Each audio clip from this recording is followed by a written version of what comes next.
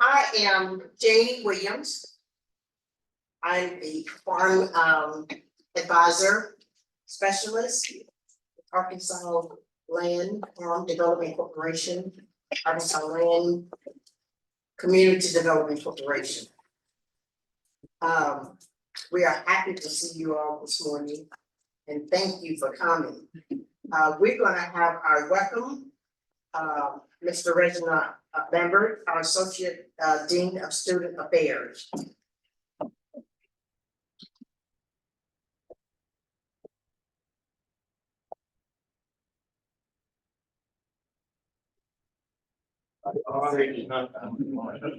They had me sit back there nosebleed. I didn't get to sit up here first class. I don't know all the abbreviations, that's why I couldn't sit. That was the first thing they quizzed me on. ALCDC. But anyway, welcome. Good morning, everybody. Welcome to Shorter College. We are so glad to see everyone here on our campus. I hope finding the campus wasn't too bad. The parking. Did everybody take the parking? Okay, I gotta look. Don't talk about it tonight. But once again, I am the Associate Dean of Student Affairs. And as you tell, my energy with Student Affairs kind of hard. But no, I want to come and do this welcome you all to make sure that I have that welcoming vibe on our campus. If there's anything that you need on campus, we want to make sure we provide those services for you while you're here at Shorter College. Also, on behalf of our 46th President, Dr. Jerome O. Green, he wants to send his warm thank you to coming to our campus to make this your host campus for today. I also want to give a huge shout out to Ms. Elizabeth Bello. She's the Director of Student Activities. She came in with me because she's making sure that she pulled me out because we got big money bingo for our students this afternoon. And so they're gonna pull me out so they get surprised. But once again, Ms. Williams, thank you for reaching out to us. Thank you for really having me to do the welcome. I am so sorry that I can't stay long, but I did grab some candy. But once again, if y'all need anything, please let us know. I will be around. Mr. John Payne will be around to make sure that all the AV is working for you all. We have the restrooms right there to my right, maybe to your left. And if there's anything that you need, please let us know. Please look behind me. Once again, welcome to Shorter, and I hope that you all have a blessed and progressive meeting. I'm saying, sorry about that. All right, you all have a good day. Thank you. Thank you. All right, thank you, Mr. Lambert, for that warm welcome, and I hope everyone here feels the same. Next, we're going to have the opening by Larry Lofton, our Director of Ag Farm Program Division.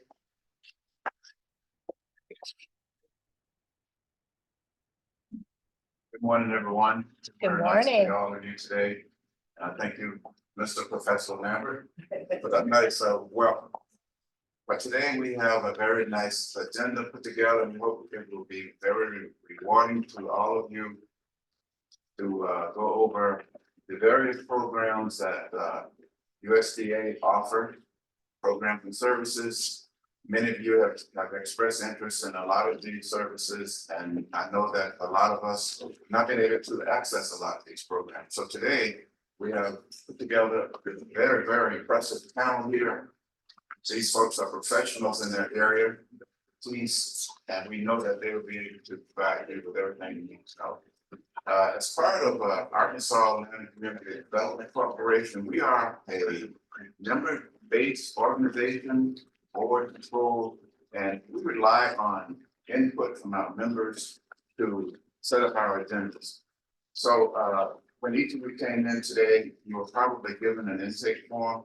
So if you would please fill out that intake form for us to let us know your areas of interest, whatever you feel like you need to know that you don't know, whatever information you need, and also to let us know how this meeting goes. Does it serve your purpose? And if not, let us know and we'll make the adjustments, because that's what we do. We work in 42 counties in Arkansas, as well as some counties in Mississippi and Tennessee. So we take this very serious. Under the leadership of Dr. Calvin King, who's on the panel here this morning, this will be a very, I think, helpful event to our farmers, our beginning farmers, our veterans, to anyone who is interested in micro farming, urban farming, and such. Thank you very much.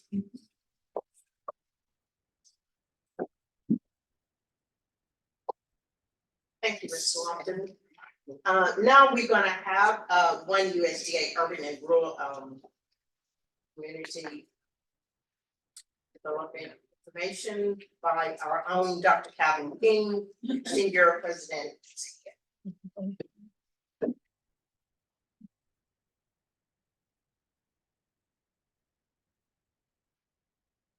Say good morning to everyone. Good morning. And let me particularly express my appreciation to Charlotte College, president and staff, for allowing us to have this opportunity to have the meeting here, sharing that facilities with us, both as an organization and with the community. All of you, who are participating in this particular event, as well as those who may be online.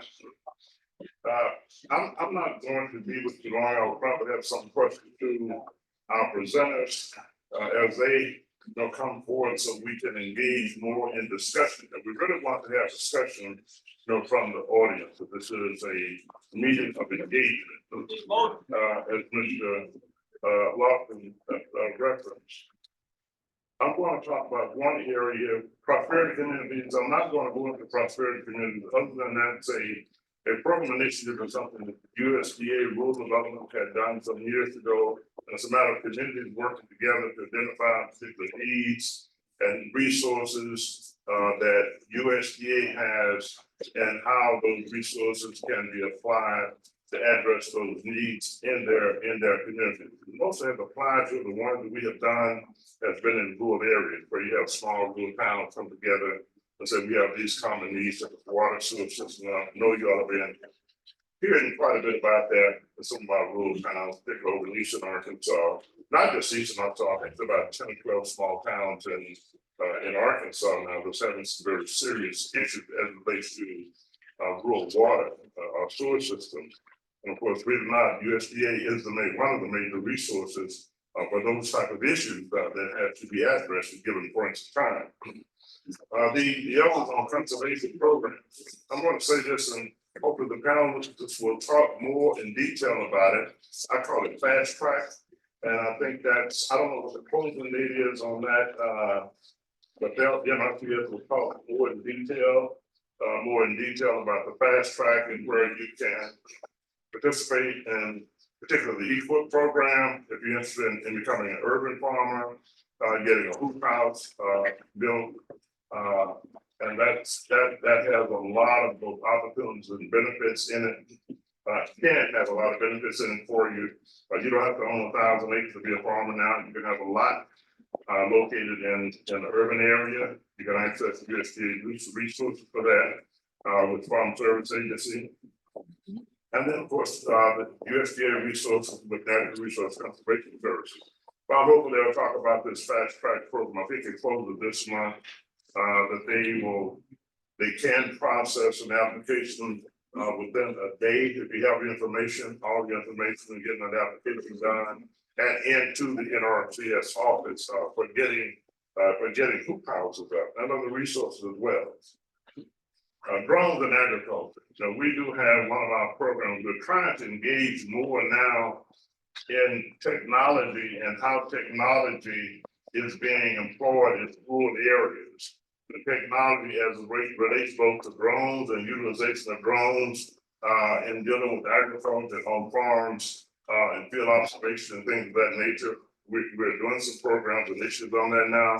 The other area of technology has to do with energy now. And I know some of you have probably been in meetings, you may have received letters in the mail, as I have, from different companies about solar panels, wanting to either lease land or buy land to install and where they're putting solar panel farms in.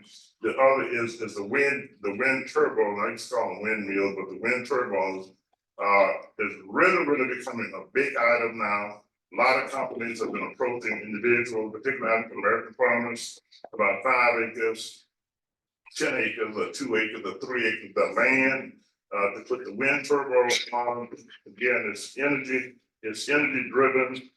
It's an area that also employs quite a bit of technology in that whole process. The main thing I'll say about that, and there may not be a lot of discussions about that today here from the USD officials, is I say, you know, beware as a landowner, where there's an opportunity for one, because you own land, but then two, beware of the contracts and how those contracts are being offered.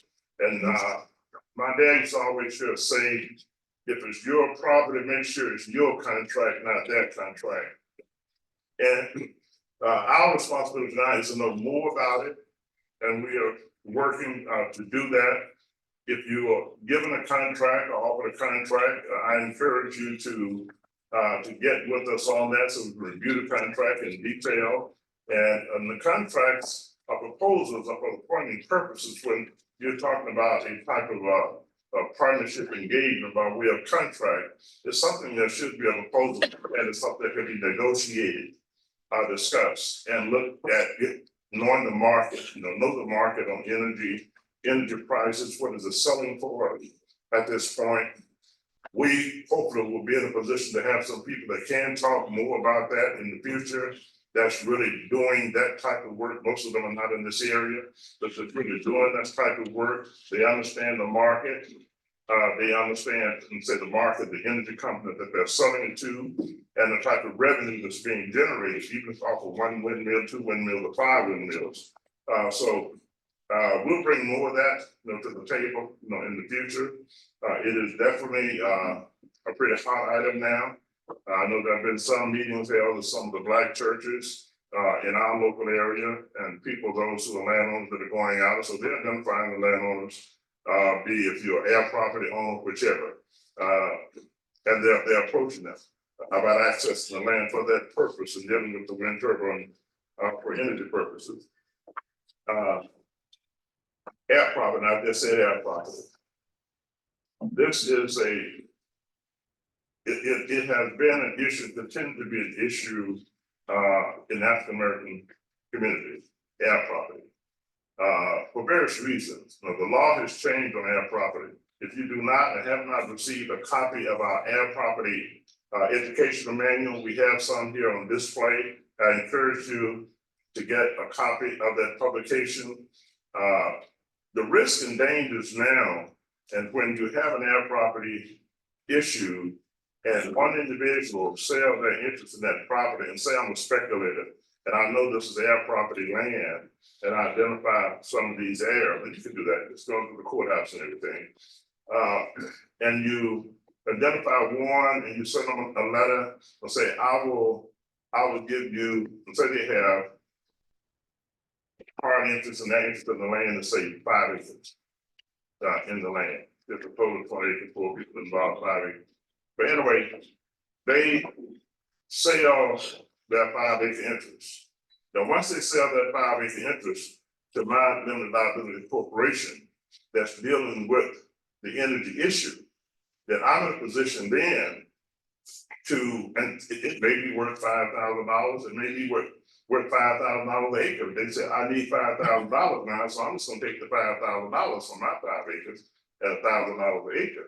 And it could actually be worth $12,000 an acre. But sometimes they're not out of the area, they don't know when you're talking about air property, okay, what the actual value is of things that are going on now, or market rates.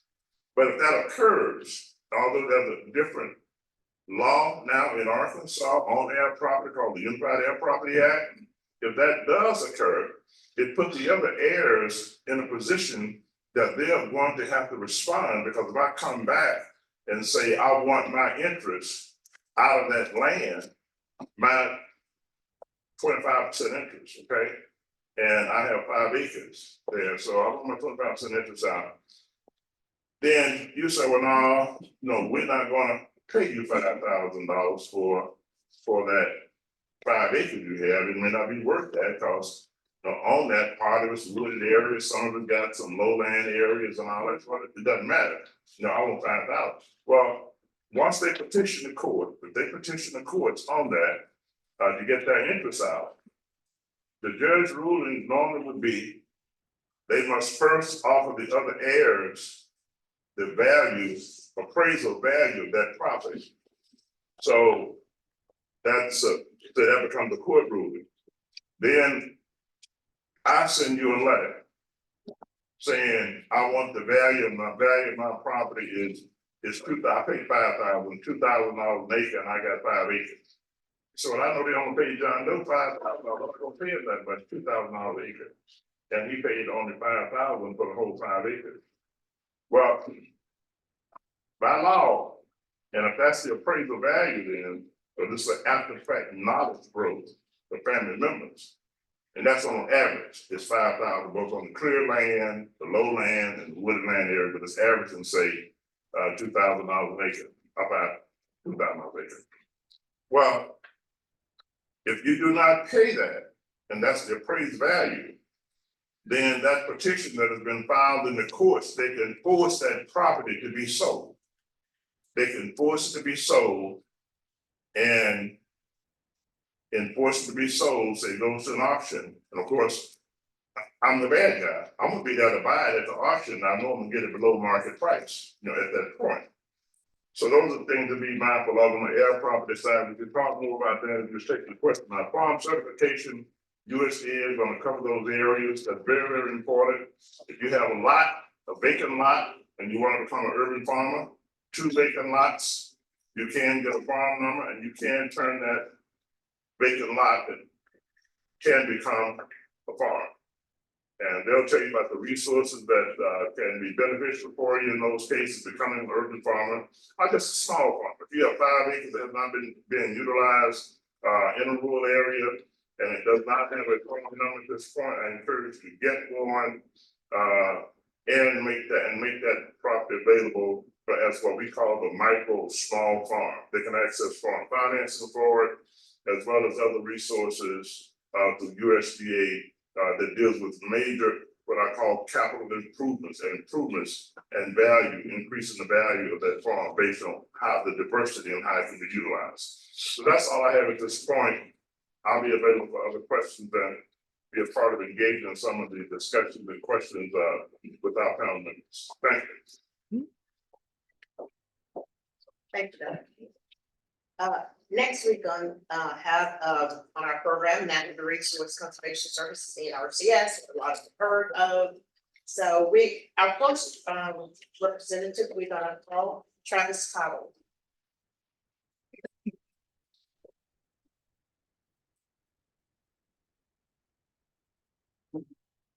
Good morning, everyone. My name is Travis Cottle. I'm the district conservationist here in the North Little Rock field office. So some of the things that we got going on right now, our EQUIP program is our environmental quality and center program. So that program is a year-round program where we're constantly taking applications. The normal cutoff date for those applications for the EQUIP program is usually in November. So right now, if you'll apply for the EQUIP program, you'll be applying for the 2025 year. It is a cost share program. So the producers that we serve in that program is your normal white farmers. And then we also serve our historically underserved farmers. And so with it being a cost share program, those different groups they do get cost share allocated to them. With the historically underserved groups, we have the beginning farmer, and that's anybody who's been farming 10 years or less. Limited resource farmer.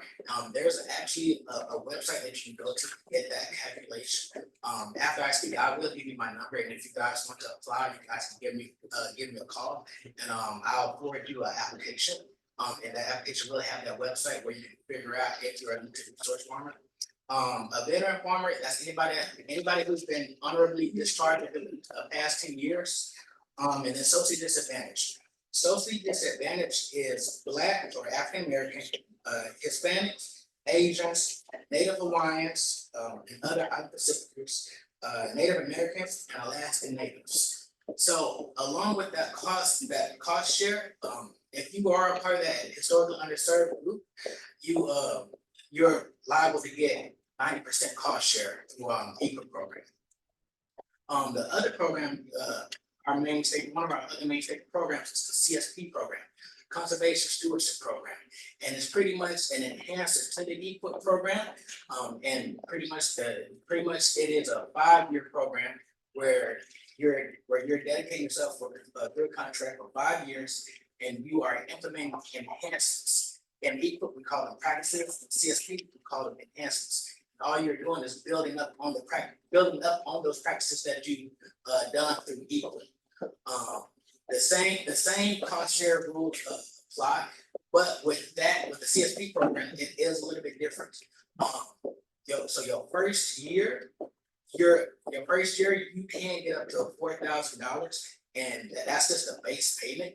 That $4,000 will continue each year of that contract, with addition to the payments that you will get through the enhancements that you complete through that program. Right now, these are what I'm about to discuss is subcategories of the EPUT program. Dr. You talked about the fast track. That is our Act Now program. Our Act Now program, it started January 22nd, and it ends February. The application process ends February 22nd. So you still have time to get your application in. And under that program, we're focusing on three categories: high tunnels, IRA, soil health, which is that Inflation Reduction Act, and Inflation Reduction Act on farm energy. And when we're talking about on farm energy, we're talking about the giant industrial chicken houses.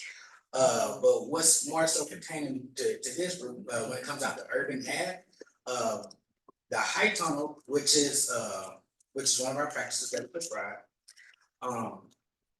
So whenever you come in and you sign up with us, it like you said, it only takes us about a day. And really, in the past, I've been able to push out probably 10 applications through this program per day for people who signed up. And we have a ranking threshold. All of our conservation programs have a ranking, and you get that ranking score pretty much based on the number of practices that you want to complete. Also, what's weighted more is the number of resource concerns that you're having. With the Act Now program for a high tunnel, you're only qualifying to get a high tunnel itself. So just the structure, nothing that typically goes under the high tunnel. We got other programs for that. But the ranking threshold for this program, for the Act Now program for high tunnel, is 100 points. And the funding that we got for this year was $1 million. So, and that funding is going to be dispersed throughout the counties in Arkansas, whoever has a stake in urban farming. The next program that we have is IRA, soil health. That funding, we got potential funding. Well, we got funding for $9 million. And under that program, there's five different practices that we're targeting. Cover crop is one, conservation crop rotation, residue and tillage management, no-till or minimal till. So if you do minimal till, you're not pulverizing the ground, you're just taking a disc and lightly going over it. That's minimal till. Or if you're not tilling at all, where you're just rock casting seed. And then soil carbon amendments. And that ranking threshold is 150 points. And then the last one is the on-farm energy. And again, that's just for the poultry houses. And the points for that one is 50 points. We got $9 million for that as well.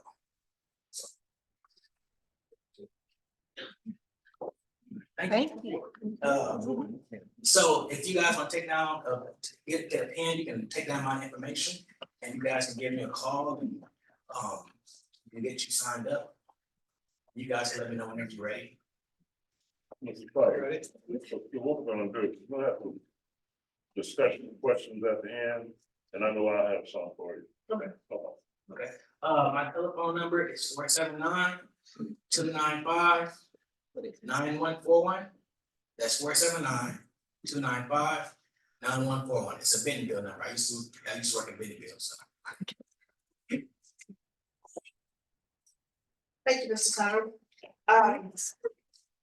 And if you are good, when we do have the presenters to come up, your questions, as Dr. King asked to hold them, write them down, and so you can ask the questions later. So we're gonna continue. Also, I would just like to go back that we have snacks and drinks in the back there, and you're welcome to them. So feel free to yeah. Next, we're gonna have Farm Service Agency. We have Mr. Rod Woods, District Director, to speak on behalf of Air Property. We have Jessica Willis on the farm loan. And Paul Casey. Will speak on the conservation. conservation. Oh, all right, sorry. Conservation. On TRP. All right. So we're gonna have Rod first. My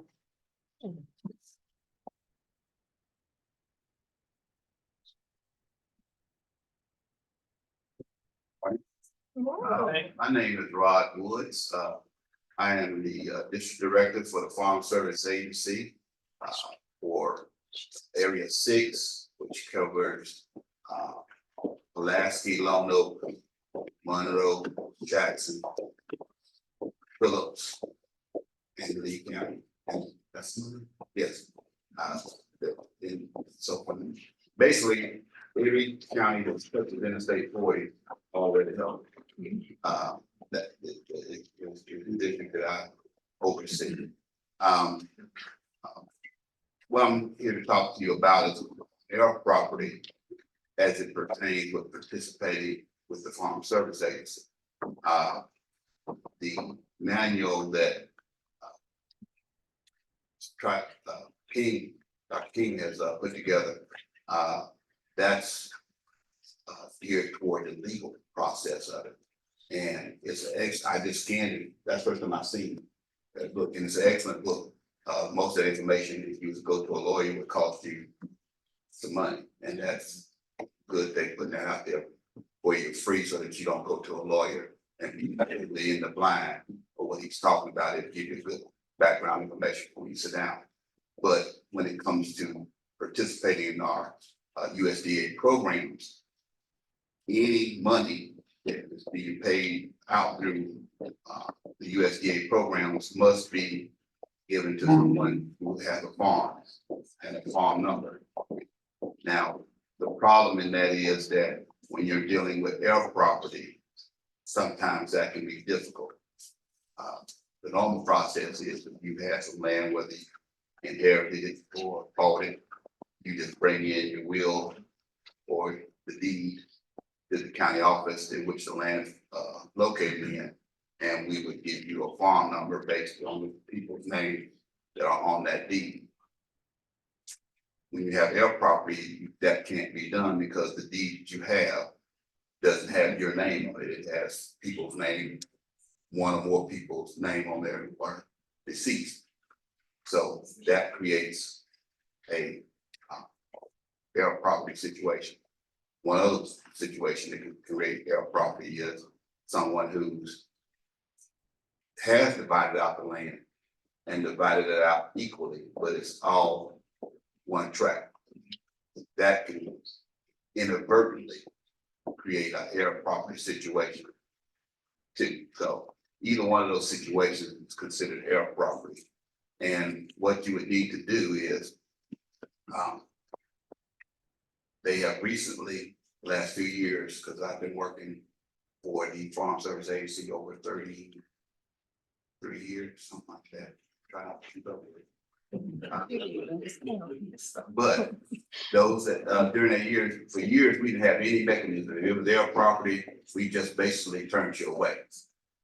Now we do at least have a mechanism, the acceptable way to where it can get at least get past FSA rules as to get establish a farm number.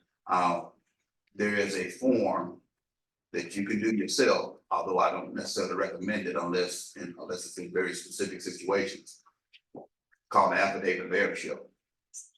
Now, The affidavit of heirship is not an FSA form. It's strictly from the laws for the state of Arkansas, because that ultimately is who decides who owns property, not FSA.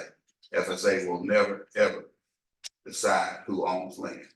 We just gonna decide who's gonna be the people we recognize with, do business with.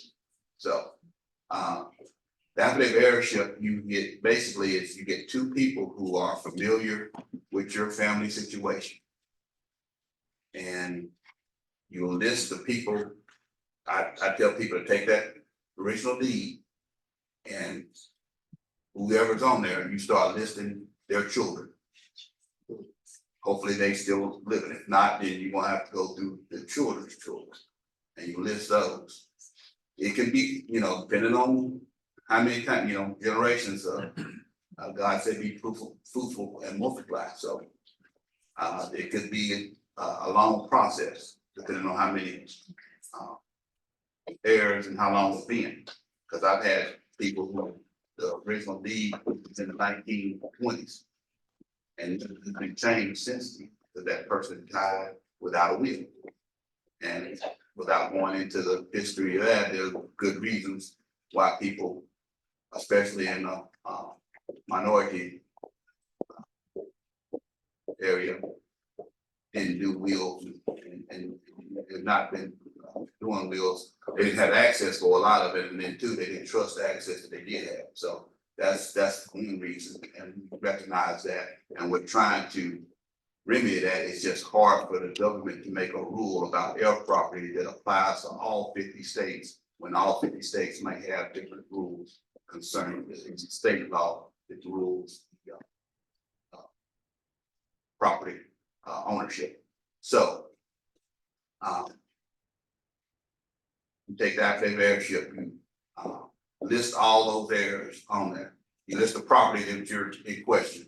I always tell them to put the legal description on there, put a farm number, or if it already has, sometimes we already have a farm number. And the air property, either FSA wasn't aware of it when we set it up, or something has happened since it's been set up. And that sometimes frustrates people, because, well, I had a farm number, here's the farm number, why can't I put on the zoning? Well, yeah, that was years ago before we got into this air property correction mode with USDA. And now, since that person has deceased, before I can add you on, I need some kind of documentation showing that, and the affidavit of heirship is a way to do that. So you list that. We need the name, the address of Social Security, because ultimately what we're going to do when the form is done, ultimately what we're going to do is put everybody that's on that sheet as owner. That's ultimately what FSA is going to do. In order to do that, you must have your name, address, and Social Security number. Some people, I realize that some people, because of situations, might have heirs that live out of state, and they may not feel comfortable giving you their Social Security number when you hadn't seen. They might be kinfolk, but you hadn't seen them in a long time. So there's a way to that. They can send the form that we send them. They can send the form directly to the office, and and we're governed by the same rules and regulations of any other program. We don't give out information like that to anyone. So you can give it to them. You can send it directly to the office. We'll put them in the system, and then that's what will give you a farm once that's approved. Now, the county committee has to approve that. In each state, each county, you have a committee of elected farmers who oversee programs. And one of their duties is they will look over the information. They might ask for more questions, more information. Most of them probably won't, because if you're willing to put in an affidavit of heirship, and you're willing to put it in, because if it comes affidavit, you have to get it notarized, and then you file it at the courthouse. Sorry, I left that part out. File it at the courthouse, bring that copy where you filed it at the courthouse to the county office, and which stands for, and then they can process. And in that process, see, this is what the county committee looks over it. They might ask us things like tax receipts or they may ask for something, just additional information. What we're trying to do is, we don't want it to be said that FSA said that you own it. We want it to be that you said, or the people on that sheet said that they own it. So that's so that's why we are kind of careful on that affidavit of heirship. Once you get a farm number, then that opens up all these USDA programs. The only caveat with their property is, even though we got that straight and got you a farm number, now if you got one of those situations where you got a whole bunch of heirs, all of y'all have to sign everything that goes in the office. Any application, anything, all of you will have to sign. So some situations, because of personal background and stuff with family members, and just gonna talk about mine, some of us, we can't decide what we're gonna have Thanksgiving. So just talk about mine. So if that's the case, that might be difficult, because they like, well, what is, like, they may not agree to sign their name to any kind of contract. There's nothing I can do about that, but try to encourage you to sit down with your family members and work out something to make a better place, a better use of your land. And then finally, my recommendation is, if you have property currently right now, it's not their property, please try to find some way to get a will, because that's what started this process that we're in to begin with. And things are better now, to where there are people who can help you get a will. You can't do one yourself again, as long as it's legal. And that will avoid putting that burden on you past the people who we're having issues with now. They did the best they could with what they had, and they had no idea that it was gonna cause this much problem all these generations later. So instead of repeating that mistake or that error, I would recommend, it's not required, that would, you can't make people get a will, but I would encourage anyone who owns property to get a will to it, so that when your great grandkids go to the USD office, they won't have to go through what some people are going through now. So with that, that's all I have for air property. I'll be around to answer any questions you have about FSA and air property in general, and any other questions come back. Thank you.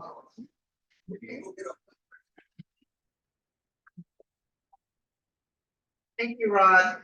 And I'm gonna piggyback on Rod, what he just said about wheels. That is so important. We sometimes have so much problems, issues, converse with family. That's what I have experienced, and I know we came from the same office. And with the family, it's just really a hard challenge to deal with without a wheel when it comes to air property. Next, we're gonna have CRP, Conservation Reserve Program, Paul Casey.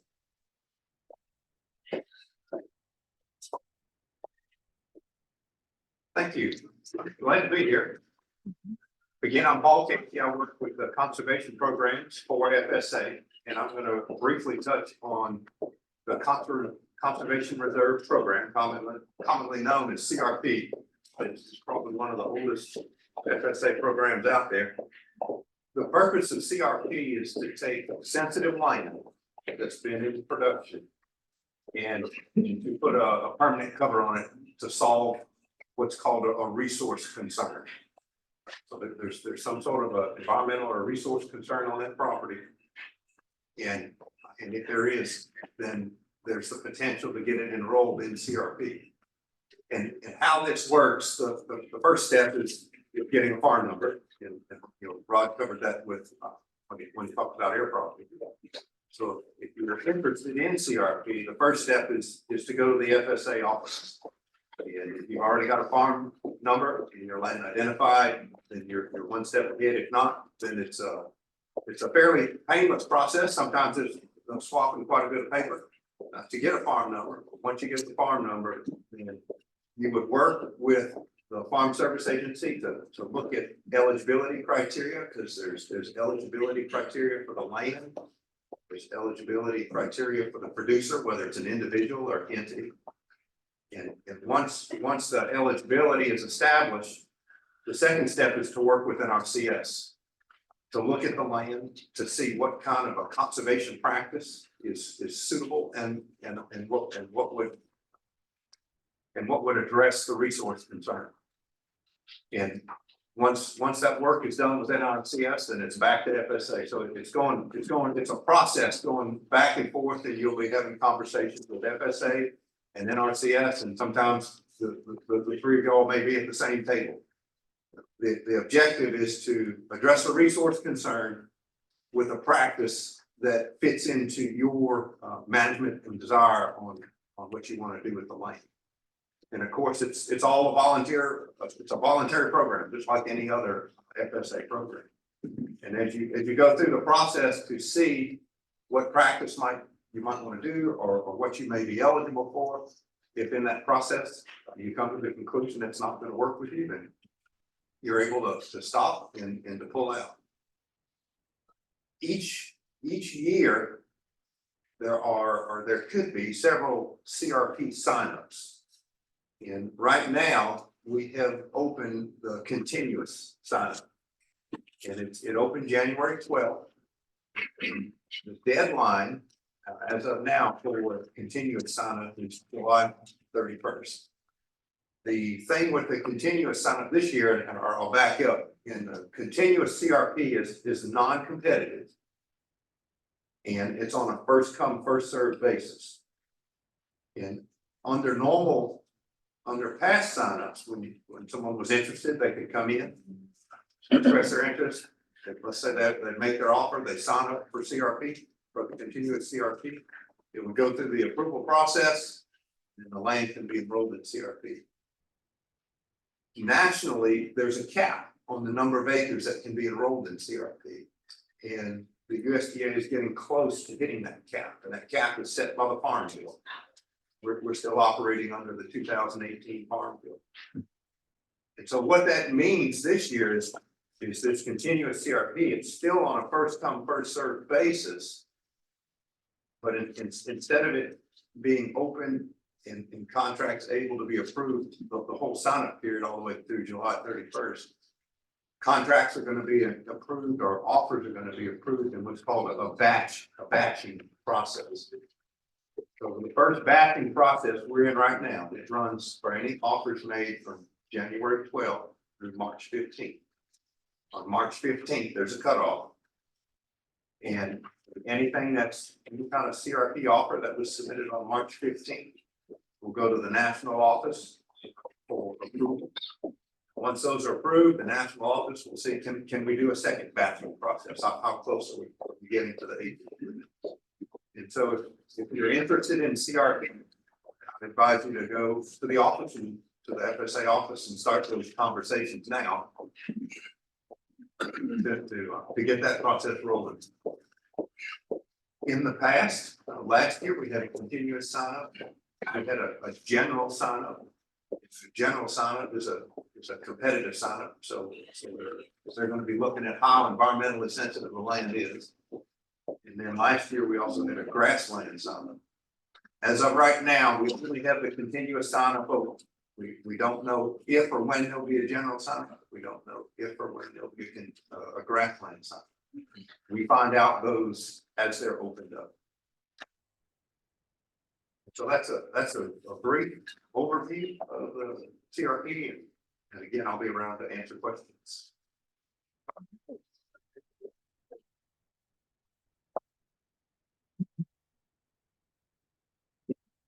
Thank you, Paul. The micro urban farming, the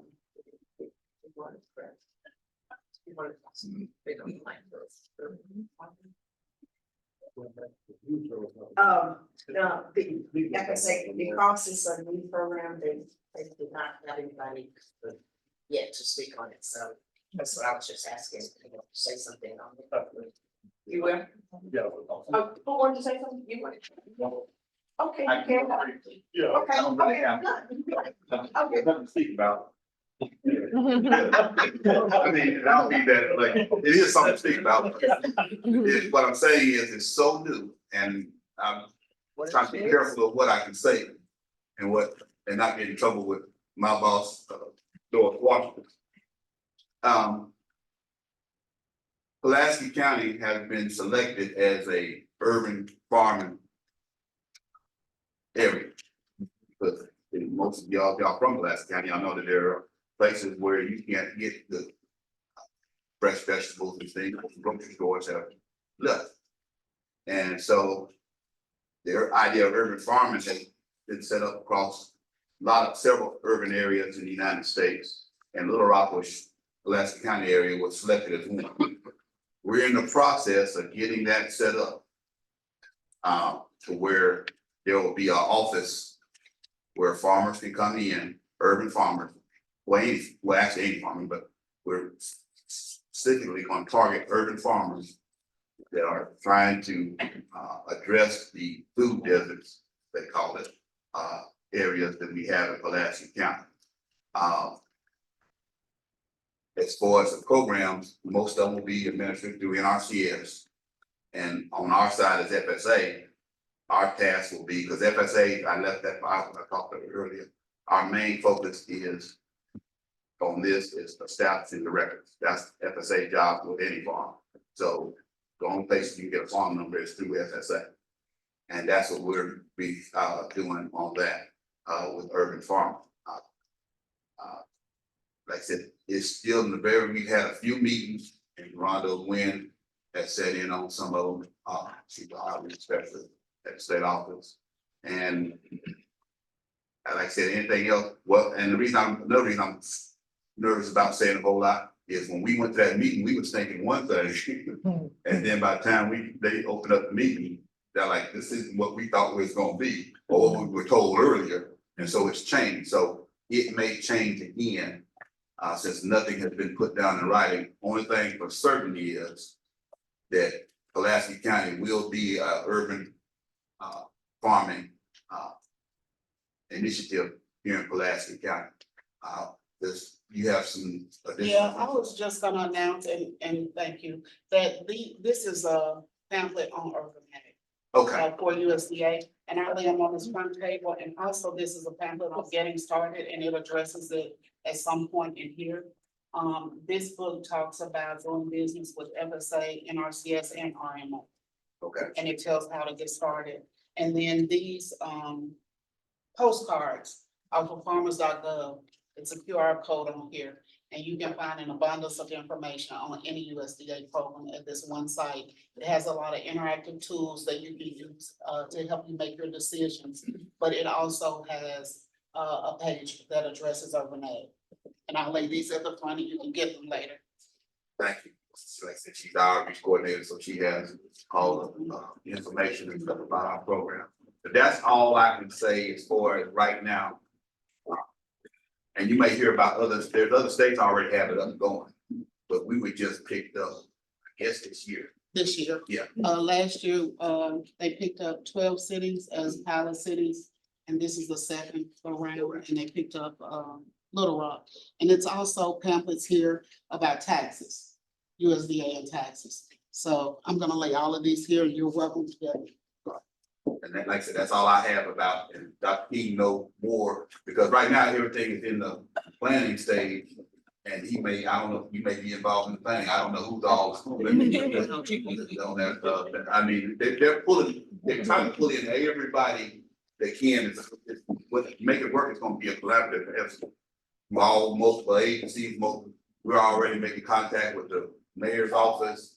You know what I mean, it's gonna take everybody to get to address the situation, because like I said, these areas are in need, and that's what the money set aside for is to address those areas. So that's all I have on urban farming right now.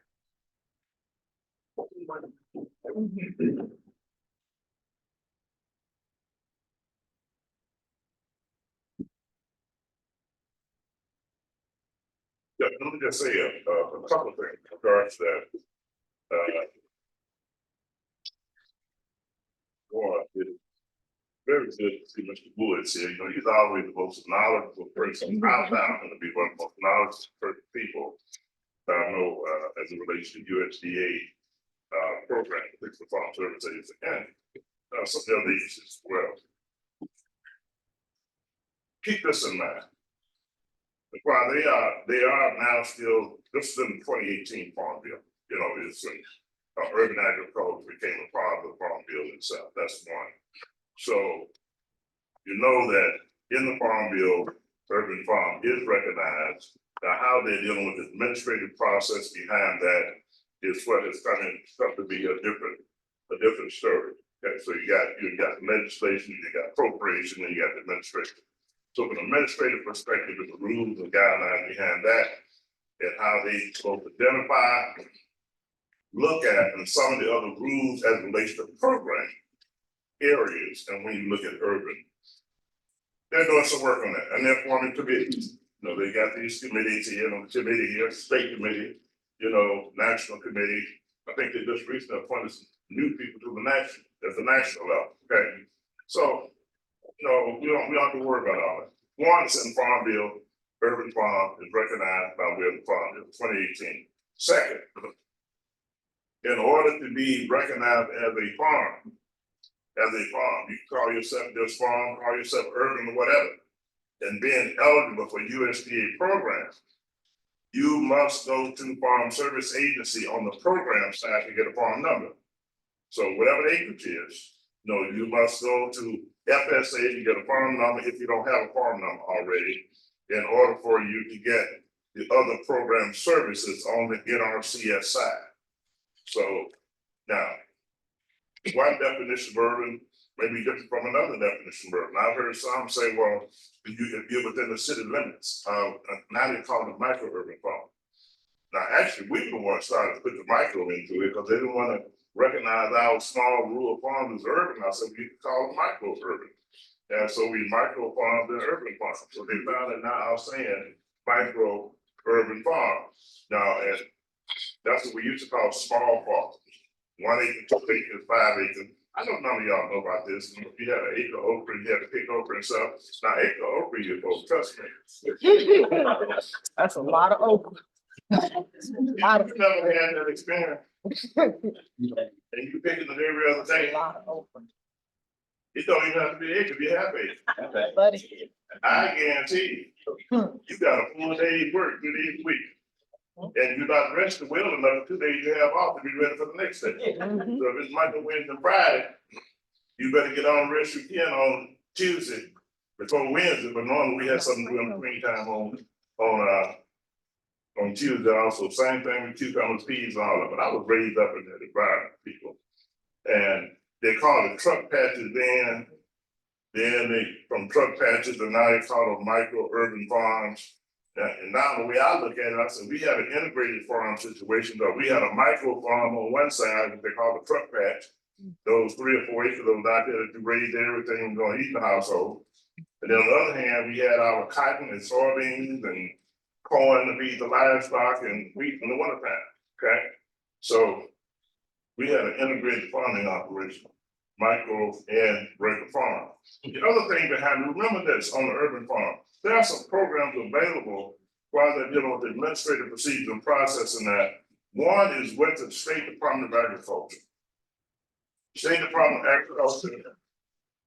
Mr. Lawson give the deadline on that, but right now, if you know individuals, if you're not doing it yourself, and you have a farm history, you've been raising vegetables, you can apply to the Department of Agriculture, State Department of Agriculture, for a grant to put in a cooler system.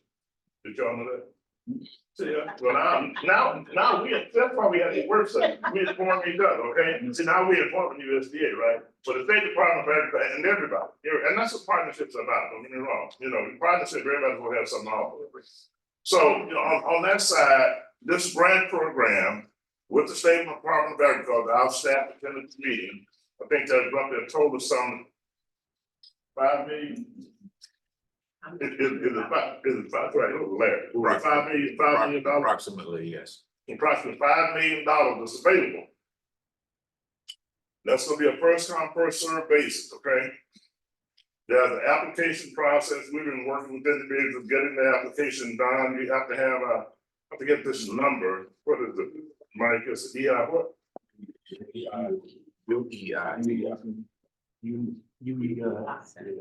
EUI, you have to have an EUI number, and there's an application process for that. That, well, Okay. what is the EUI? You. Well, anyway, my staff folks know what to do. I know you gotta have a number, right? I know that. That goes with, that's a part of the application process, so you can talk to Mr. Lofton, you can talk to Mike Tucker, you can talk to Ms. Williams, I just broadcast. You know, so, one is a grant, the maximum is $1 million. But I am encouraging anyone who is dealing with a micro farm, urban farm operation, a 3 acre or so type of operation, you need to get in to apply. I give them Mr. Lofton, our farm program division person, so we can get with you to make sure or refer you to where that application is and get that application filled out and submitted in to the State Department of Agriculture, okay? They mentioned food deserts. I think FSA on the loan side, you correct me if I'm wrong. Oh, you gonna talk about that? Okay, she's gonna talk about that, so I won't get into that, okay? But anyway, she'll talk about the different loans that they have and the direct loans and all that. On the operation side, crucial thing, market.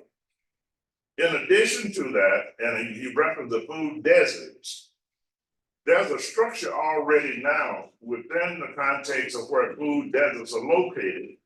And the urban farming and micro farming communities can be a very, very key, have a very key role in dealing with that structure that exists. And that's with the food bank and food pantries, okay? And I think I read some language in where when you're dealing with the some of their loan programs, that being a part of your market supply could be crucial, how you're dealing with marketing these vegetables you're growing that you may get a loan for, okay? But the food bank and the food pantry, they're basically on every county. It's a crucial opportunity, I think, now. It can address some of the issues on food deserts in our urban communities, as well as our rural communities and where the food pantries are located. There is an application process on the way that you deal with that. It used to be with the Department of Human Services. I think that application now may go back with the Department of Agriculture, our DHS, but we can work with you on that also as well. And those individuals, we're gonna be having a Zoom meeting on it, I know. We're planning to have a brewers meeting on it, and the people are gonna be at that meeting, talk about that market and accessing that market. But the food bank, food pantry, market opportunity, and then the other on urban farm, as they have sold from an administrative procedure perspective, continuing to define urban agriculture administrative wise and program wise. I'm gonna mention one other thing, and we can talk more about this at the end on the question side. But NRCS gave reference to $4,000. That's the minimum, right? Okay, yeah, on the CSP. You got CRP and you got CSP. Now, it just, that's the base payment. Now, when you say base payment, that's a base payment for any farm. Well, no. So when it comes down to CSP, just for that program, you get a base payment of $4,000, up to $4,000. You get that for the next 5 years with the vision to any enhancements that you're doing through that contract. Exactly. What he said. But as I understand it, and correct this up at the end of this, even if you are a micro urban farmer and you have a CSP contract on your micro urban farm, then the minimum payment base payment will be $4,000 a year over the life of that contract. 5 years. Yeah, for 5 years of that contract. Now, he's saying base, so you can say base pay, and you can talk about 1,000 acres, base pay 500 acres, 100 acres. I'm just saying, the minimum payment. And if you have a micro urban farm, and you engage with programs with NRCS, from the equal program perspective, and then the CSP, Conservation Stewardship Program perspective, the minimum payment, and there are different practices, he mentioned rotation and things of that nature. The minimum payment is $4,000. So I just want to say, urban, don't let, this urban deter you. If you want to be a farmer, call yourself urban, micro, undefined, whichever. But you gotta have a farm number, I know that, so the farm number is gonna define you, and then from that point, go forward with the program. And Dr. King, in this getting started book, it tells you about obtaining a phone number and the documentation needed. Yes, I don't know if they will ask more questions on that, what's needed, to get the farm number. You mentioned air property, you got a problem, you got air property, that depends, there's certain things they can recognize on that. I will say this, if you have an air property situation and you're the one that's operating it, become an administrator, you paying the taxes and everything else, just get all the heirs to agree to let you or a person serve as the administrator and get that as a certified document, legal document from a lawyer, then that will be recognized. An administrative document that I'm the administrator for a family trust, our family trust. Doesn't involve land and, the other assets that we have.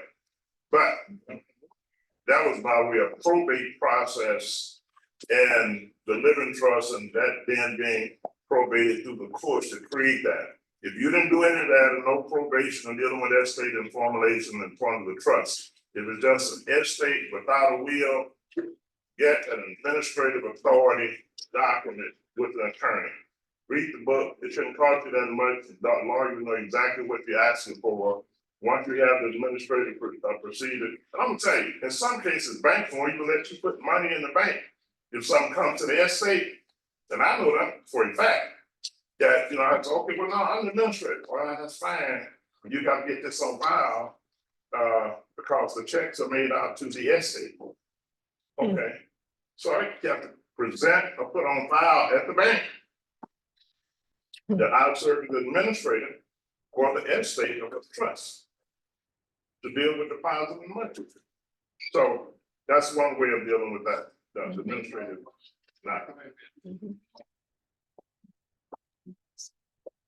Thank you, Dr. King. Next, we're gonna have the rural development team here. We have Kim Tuck, I'm so sorry. Excuse me. Oh, yours. I'm so sorry. Come on. Apologize. It's Jessica Willis.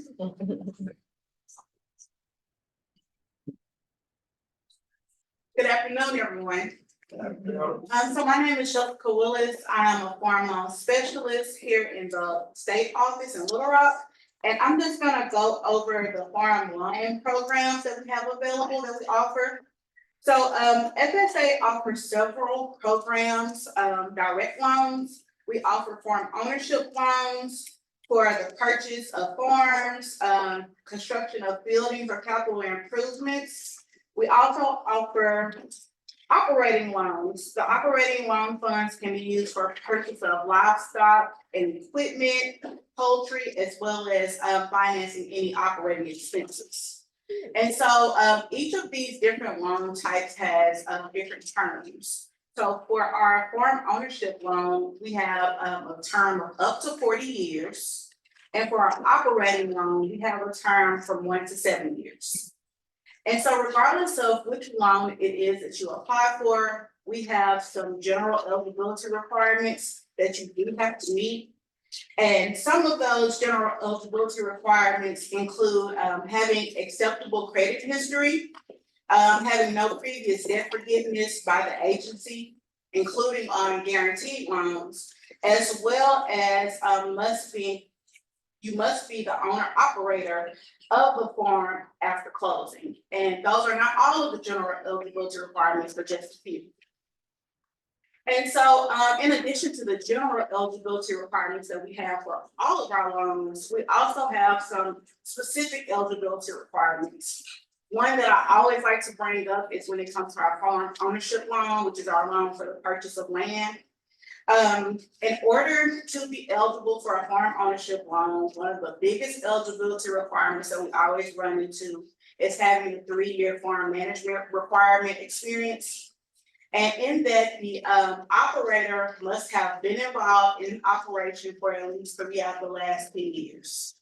We do have some situations where we do allow you to substitute 1 or 2 of those years. And that is something that when you go in to meet with a loan officer, you can discuss in detail, and we can help you then determine whether or not you need that qualification. So once we look at eligibility, the next thing that we like to look at is feasibility.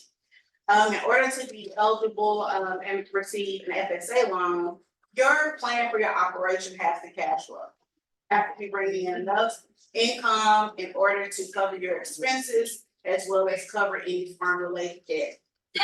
And then we also look at security for your loan.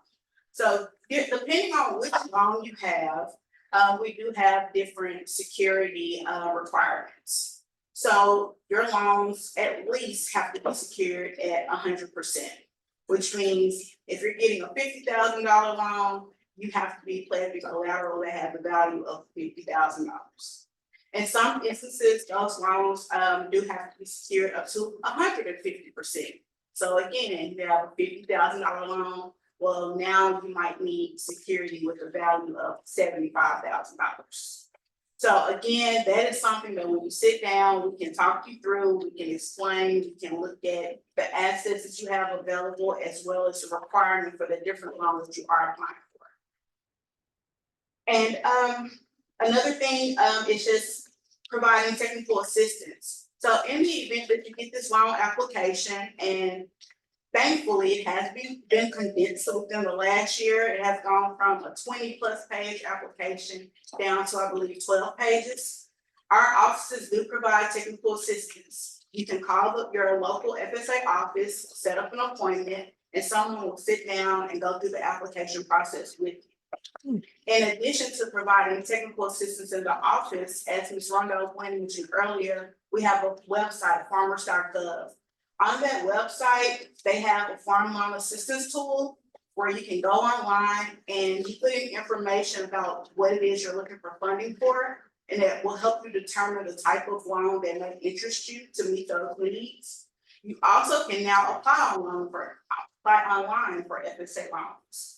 And so during that application process, you'll go through and provide the necessary information, and it will also tell you the documentation that will need to be supplied in addition to your application. And as well, we now have a way for customers to pay their direct loan payments online. So that is a general synopsis of the loans that we have available. And as Dr. King said earlier, I'll be here for any questions that you may have. Thank you. We can pay that whole line. Right, next, we're gonna have the dream team over, right? For a dream home, so you like. Now they have me to, are you gonna say? Oh, all right. You're okay. No,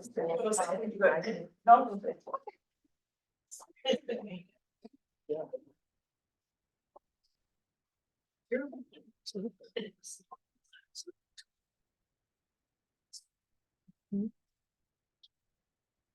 Good afternoon, I am Ken Cook, I'm a loan specialist from the state office for USDA.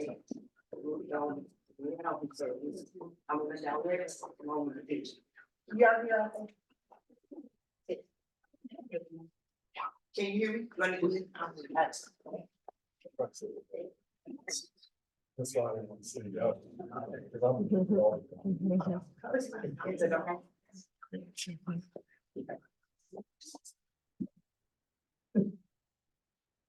I'm going to start with that. This is it's the same thing we have on repair. Repair going.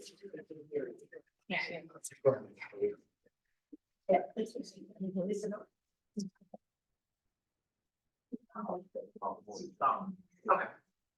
I'll speak a little louder too. But it's the single family housing repair loans and grants. But this one is also known as single family housing in section 504 home repair program. And it provides grants to very low income homeowners to remove major building safety hazards. To qualify, you must be the homeowner and occupy the property. You must be 62 years of age or older. And you have to have a family income that's very low for your area. The properties can be located in local areas. Must be located in the local area. You can visit the USDA income property and eligibility website for your property location. But I'll tell you more about that in a minute. I give you that site. The grants must be used to remove major health and safety hazards.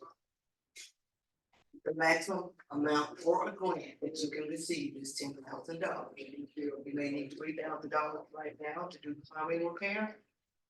And you may need $10,000, you may need $7,000 or 10 years from now, $7,000. But you put that 3,000 now and then 10,000, 3,000 and then 7,000 later, and that's your maximum 10,000 grant. Years ago, it was 5,000, went to 75 later and more than 10, so it may go even higher. That grant is, of course, you don't have to repay it unless you decide before 3 years is up, for 3 years at least, after you get that approved loan, that approved grant, you have to pay that loan back, that grant back if you sell that property. So don't sell the property within 3 years of receiving it, because we will get the money back. Other than that, it's grant, you don't have to pay it back. And it has that rule. There's no deadline to apply for the grant program. A lot of it depends on funding. We fund year round, we don't have an open and close the date for an application, so. At any time, contact one of their offices and we'll process your application. Approval time depends on funding available also in the area. It depends also on the demand. We get a lot of applications for grant. Now, that's for the grant program. We do have the single family housing repair loan program. It's also known as the Section 504 home repair program, and it provides loans to very low income homeowners to repair, improve, and modernize the home. You also must be the homeowner and occupy the property. The income has to be very low as well. You do not have, there's no age restriction. You don't have to be 62 years old or 1% old. And when we say occupy the property, there are some situations where you're not going to be able to stay in your home. If you don't have plumbing, you can't get water in. If you don't have a septic system properly working, you can't get the water out. So you may have to temporarily leave the home. But we're gonna make the repairs for you to get back into the home. So in those situations, you don't actually occupy the home at that time, but we'll put you back in. But that is a requirement, you need to own and occupy the property. The maximum loan amount is $40,000. And that's to remove health and safety hazards.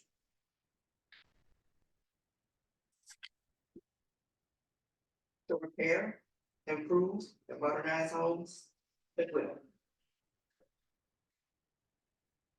Now, with that $40,000, you can do a combination loan grant. $40,000 for the loan, $10,000 for the grant, that's a total of $50,000 to repair that home, removing health and safety hazards and other repairs. And when we talk about major health and safety hazards, we're talking about structural problems, could be floors, could be roof. There could be electrical, there could be plumbing issues, but those are the major things that we know that we repair. The program is, neither of the programs are for cosmetic reasons. We don't come in and change countertops because you're going in. So.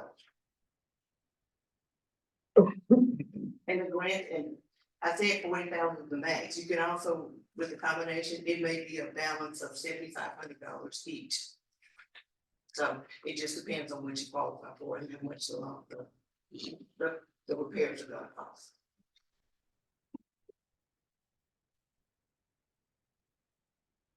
With that program, we're funding year round too. I will say for grant funds, we do have funds available right now. But funds are really tight. We may be forgetting those. But for development, only funding available day to day are grant funds. Now I'm going to give you a little bit about the same thing we have in direct loans. This is also known as the 502 direct loan program. This program assists low and very low income applicants to obtain decent, safe, and sanitary housing in eligible rural areas by providing payment assistance. Payment assistance is a type of assistance. It's a subsidy that reduces the mortgage payment for a short time. The amount of assistance is determined by the adjusted family income. A number of factors are considered when determining an applicant's eligibility. At a minimum, the applicants must have an adjusted income that is at or below the applicable low income limit for the area where they wish to buy the house, and they must show a willingness to repay the loan. The applicants must agree to occupy the property as their primary residence. They must be without decent, safe, and sanitary housing. And to those 2 points, we do have situations where people are living in dilapidated conditions. They do own the home, but we make another loan for them. But if you have a house that is decent, safe and sanitary, we are not going to make you a second mortgage for another property. We can't do that. But if it's going to get you out of a home that's almost non-habitable, then we can prove that. As you can. You must meet the citizenship and eligible non-citizen requirements. You cannot be suspended or debarred from participation in federal programs. And along with that, if you're delinquent on federal debt, you're delinquent on your taxes, student loans, we cannot get you on.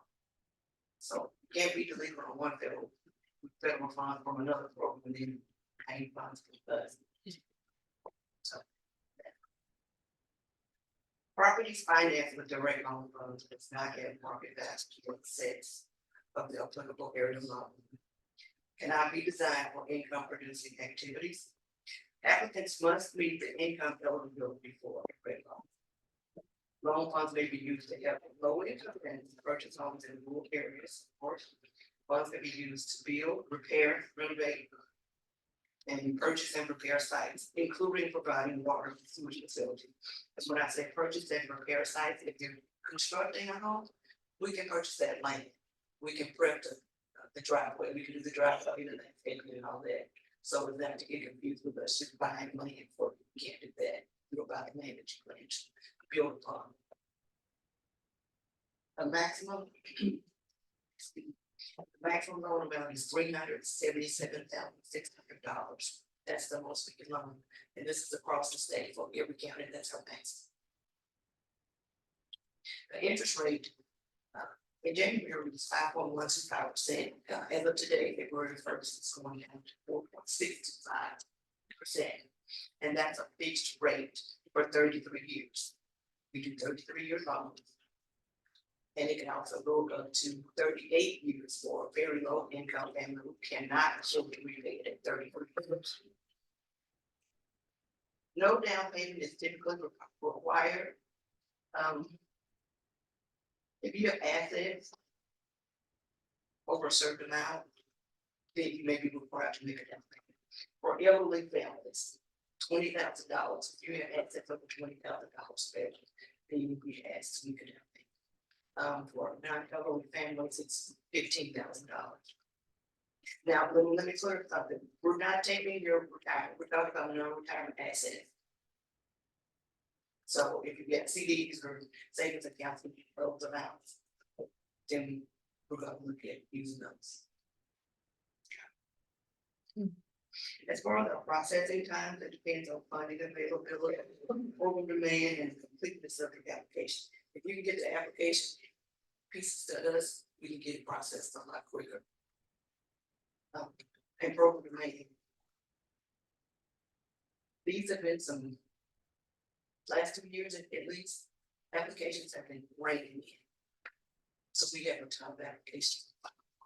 That's what I will go in. So that slows down the process of number 2.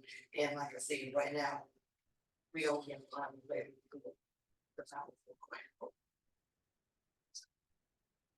grant. But I've got, let me go back to the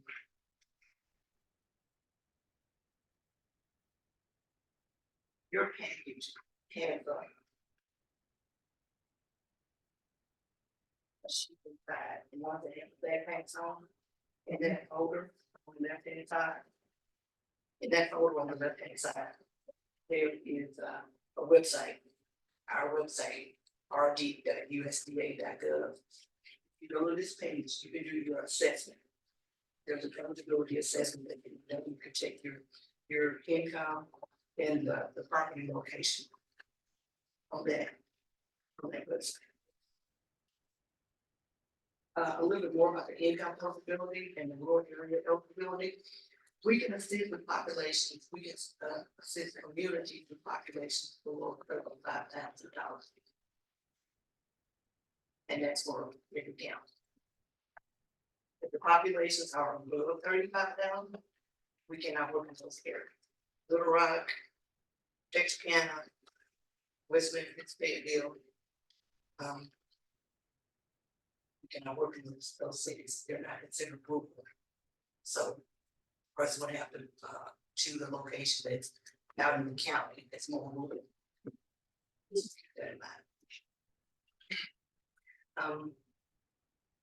The income limits, they vary by county. As an example, the living for a family of 4 in Benton County, not Benton, Arkansas, but Benton County, the maximum income can be $70,900 for a family of 4. For a family of 4 in Clark County, the income cannot exceed $55,300. So if you apply for the program, make sure you know which county you want to be in, because that's something we must know in the process of the application process. But this sheet, I've got directions on the bottom of how to get to that page and what to do once you get to the page. There are several tabs there. There's the rural business and community facilities information there too, but you want the single family housing direct tab once you get to this page. That self-assessment too that I just mentioned, you can enter your information online if the Section 502 direct loan program to see if it's a good fit for you. You can do your own self-assessment. You'll go in and put in your income, your household composition, taxes and insurance and everything. Put all that information in there and it will give you a pretty good determination of if you're qualified. Even if you do the self-assessment, you can come to rural development and apply for a loan this way, along the way. We'll take the application process. But that self-assessment is pretty spot on. If it tells you you're not eligible, you're probably not eligible. USDA Rural Development Section 502 Direct Loan Program provides a path to homeownership for low and very low income families living in rural areas. Providing these affordable home ownership opportunities promotes prosperity, which in turn creates thriving communities and improves the quality of life in rural areas. My final thing, I want to give you a couple of other programs that we have. I'm in single family housing, rural housing service. We've got the multifamily housing program. And we've got a guaranteed loan program. In your handout, I have more information about both of those programs for you to look over later. Multifamily housing is serviced out of the national office and it's regionalized across the country. We don't have offices specifically for Arkansas properties in our state. The properties could be located in our state, but you may have somebody in Georgia working on multifamily house. And when you talk about multifamily house, we're talking about apartment complexes and our labor house. So that's a multi-unit and we only do single family. I have an 800 number that I'll give you. When you call that number, they can talk to you about the programs, the rental assistance, the purchasing properties if you want to purchase a property, and other funding opportunities. That 800 number is also in your handout, 800-292-8293. 800-292-8293. Okay, and on to the guarantee program. These loans are made by the single family housing guarantee loan, which they have their own separate division too. Now they are single family housing, but it's a guarantee loan division. They're strictly doing guarantee loans. And those offices are serviced by the national office and regional office and across all the states as well. We do not process guarantee loans with the single family housing staff here in Arkansas. To apply for a guarantee loan, the applicant chooses a lender. They go to their lender and file the application. The lender completes the full application for ABC. Once they've got it approved, they will electronically send that file to the guarantee loan division. It's that simple. Some of the differences in the guarantee program and the direct program is, of course, the lender involvement, and the lenders are using their own funds. Their interest rate is negotiated between the buyer and the lender, but it's fixed for 30 years. Our loans, our direct loans are 33 to 38 years. These are for 30 years. And while the single family housing direct income limits are set for low and very low income families, guarantee has a moderate income guideline for a family of 4 in Clark County. The maximum for a guarantee loan is $110,650. But the lowest, the low income limit for our program, the direct program, is $55,300. So there's a big difference in income for those loans. So we have more people that apply for that. That's been one of the best programs, but I always say it's the best program. There is no down payment, we loan 102% in the appraised value. The banks have more resources, they get more people, they get unending funds. So they can get them done and get them done quickly compared to us waiting on appropriations from our country. So it's a really good program. Myself and several colleagues are guarantee holders. So it's a very good, really, really popular. The banks like it too. Handout, we're finishing up now, y'all. There's another little handout in there in the little packet. And it shows all of the state, it's offices in the state. We got offices in Harrison, Forest City, Monticello, Avalos, Hope, Russellville, and Fort Smith. These are the offices you contact to file an application or people who are getting an application process. Try them. I got names, addresses, email addresses for you to walk in, call, or email and ask questions. We call these the field offices or the local offices. The state office, not the. If you can't get one of these offices, do call the state office and we'll get you connected. But this.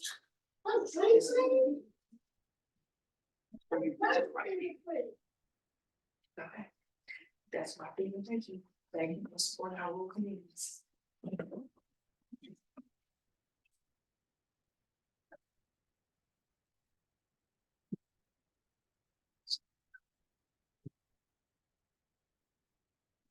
My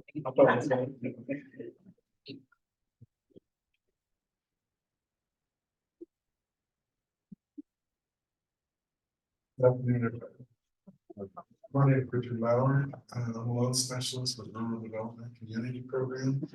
I'm working in the state office in downtown Little Rock. The purpose of the programs is to work with communities on developing projects that are for essential community facilities or services. Typically, we strive to work with communities that have less resources to do these projects on their own, less ability to obtain conventional financing at reasonable rates and terms on their own. For all the, I'm gonna discuss just the major programs. You know, community programs is made up of a couple dozen programs, but I'm just gonna summarize the major programs that we get the most applications for. The application processing for all of the programs that I'm gonna discuss, which are the major ones, are year-round applications. Where it's first come, first served as long as funding allows. So we have a grant, well, there's two sides of the community programs. One side is for community facilities, the other side is water and environmental. I'm the lead specialist for the community facilities program. Then there's a loan specialist named David Kirchner, who works in the state office with me in Little Rock. He's the lead specialist for WEP, which is water and environmental. And earlier, Derek is one of my coworkers too. He works in a different program and we work together with the state office. And he passed out some folders. I'm not sure who all didn't get one that wants one. And if whoever didn't get one, if you could raise your hand so we can go back out of the car before we leave and get one to you guys. But it has information on both of our programs in there. So all the contacts and info for community programs, which is 7 different offices around the state. All the area specialists who work in those offices, their phone numbers and emails are included. So you can reach out to anybody on there. My information is on there. You can reach out to me, ask me, even about programs I don't necessarily go into today. You can reach out to us and we can help you out with any inquiries you might have. So for community facilities, we have a grant program. The basic eligibility is that the applicant has to be a public body or a nonprofit or federally recognized tribe. For as far as being an eligible area, we define a rural area for our grant program as being an area where the facility is located where the population is 20,000 or less. Typical examples of community facility type projects would be equipment projects, such as like a backup generator for a hospital, a vehicle that would be used to either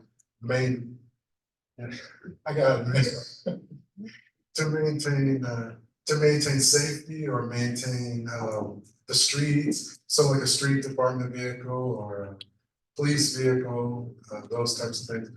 Could be computer equipment for a city hall or a convention center and things like that. Then there's construction type projects. So they would be small scale construction or renovation projects. Because our grant program is capped at $50,000 per application. So it would be small scale construction or renovation, such as replacing flooring in one section of a nursing home or a hospital, or replacing a roof on a city hall or a firehouse or something. So then we have a direct loan program in our community facilities program. The eligibility requirements are similar. The main differences are that there's no cap, there's no $50,000 cap on application. We can do applications up into the tens of millions of dollars for a direct loan. The loan term is up to 40 years. Or the useful life of the project. Interest rate right now is currently 3.75%. It's a fixed rate, but it's subject to change quarterly, but right now it's 3.75. Typical examples of loan projects would be major items of equipment like a brand new garbage truck that might be financed for $300,000 or new construction or major renovations of an essential community facility like a firehouse or city hall building or a museum or a library, hospital, things like that. Then we have a guaranteed loan program where eligibility again is similar. One of the major differences is that the area has to be a location where it's a population of 50,000 or less.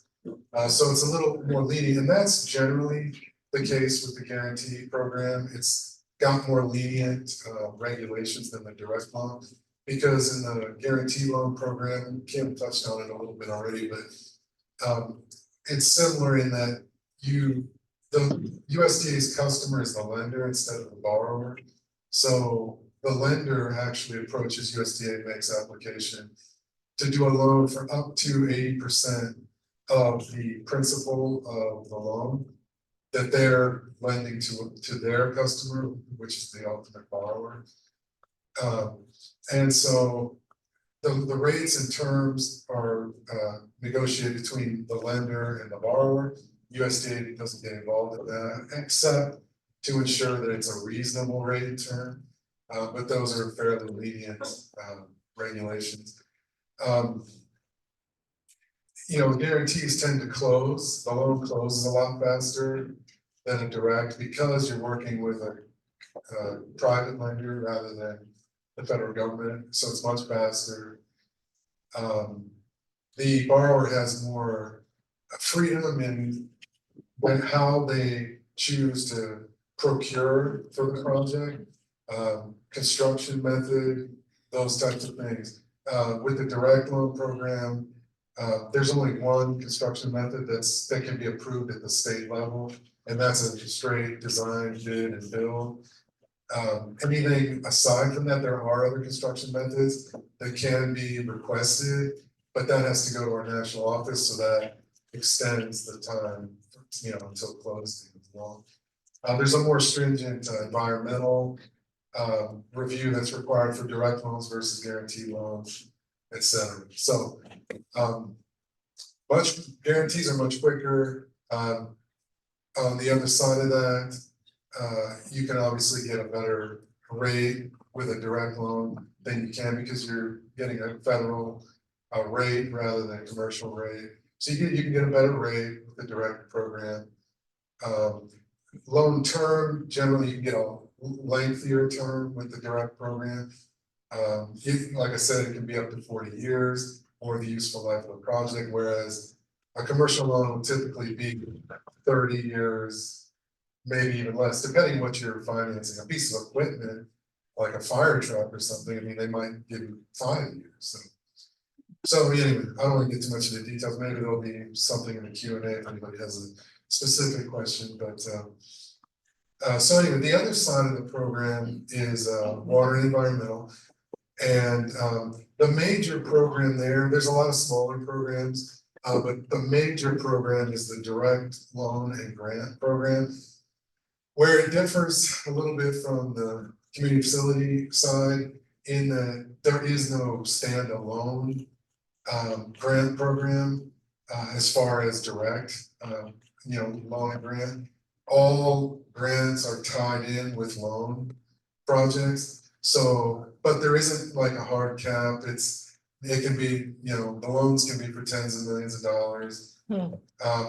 Typical examples of water and environmental projects would be construction or repairs to water systems, sewage systems, drainage systems, solid waste management, so water treatment plants, those types of things. One of the eligibility stuff is similar. One of the major differences is it's a little stricter as far as population requirements, where CF is eligible in areas of 20,000 or less population. For web, it's the area to be served has to be in a rural area of population no more than 10,000. There's also a little difference in the loan, not the terms are up to 40 years, same as CF, but the rates are a bit different. Where in CF, it's a fixed rate of 3.75, subject to change on a quarterly basis. Whereas in web, the interest rate can vary anywhere from right now at 2.25% to 3.75%. Depending on the median household income of the area to be served. And of course, that's a fixed rate that's subject to change quarterly also. I think those are the basics, but I wasn't going to talk about our emergency community water assistance grant that's under the WEB program. But since President King referenced it in his opening remarks, I'll throw that out there. It's relevant. It's usually not a very utilized program. It's a smaller program, but right at this time, it is more hot. It's more of a highlight because of the recent winter weather that we've had, especially in the eastern part of the state. So we actually have had some inquiries about that just recently. More than usual, and so that the details of that grant, since I never have worked with it, I don't know. But our lead specialist, David Kirchner in the state office, he's the one that you want to contact if you want to inquire about that. But the general purpose of it, and that's as far as details about eligibility. I don't want to steer anybody wrong on that because I don't actually work in it, but though I know the purpose of it is to address emergency issues with water systems, like damage to water systems that are preventing people from having access to clean water, drinking water, that type of thing, or sewage, emergency repairs to sewage lines, drainage. There could be all types of problems that have been caused by the inclement weather. And some of the freezing weather that we had, burst pipes, blockages, whatever it might be. So that's a grant that I know can address some of those issues. If anyone wants to inquire about them, I would suggest emailing or calling David Kirchner, loan specialist, lead specialist on the web program in the state office.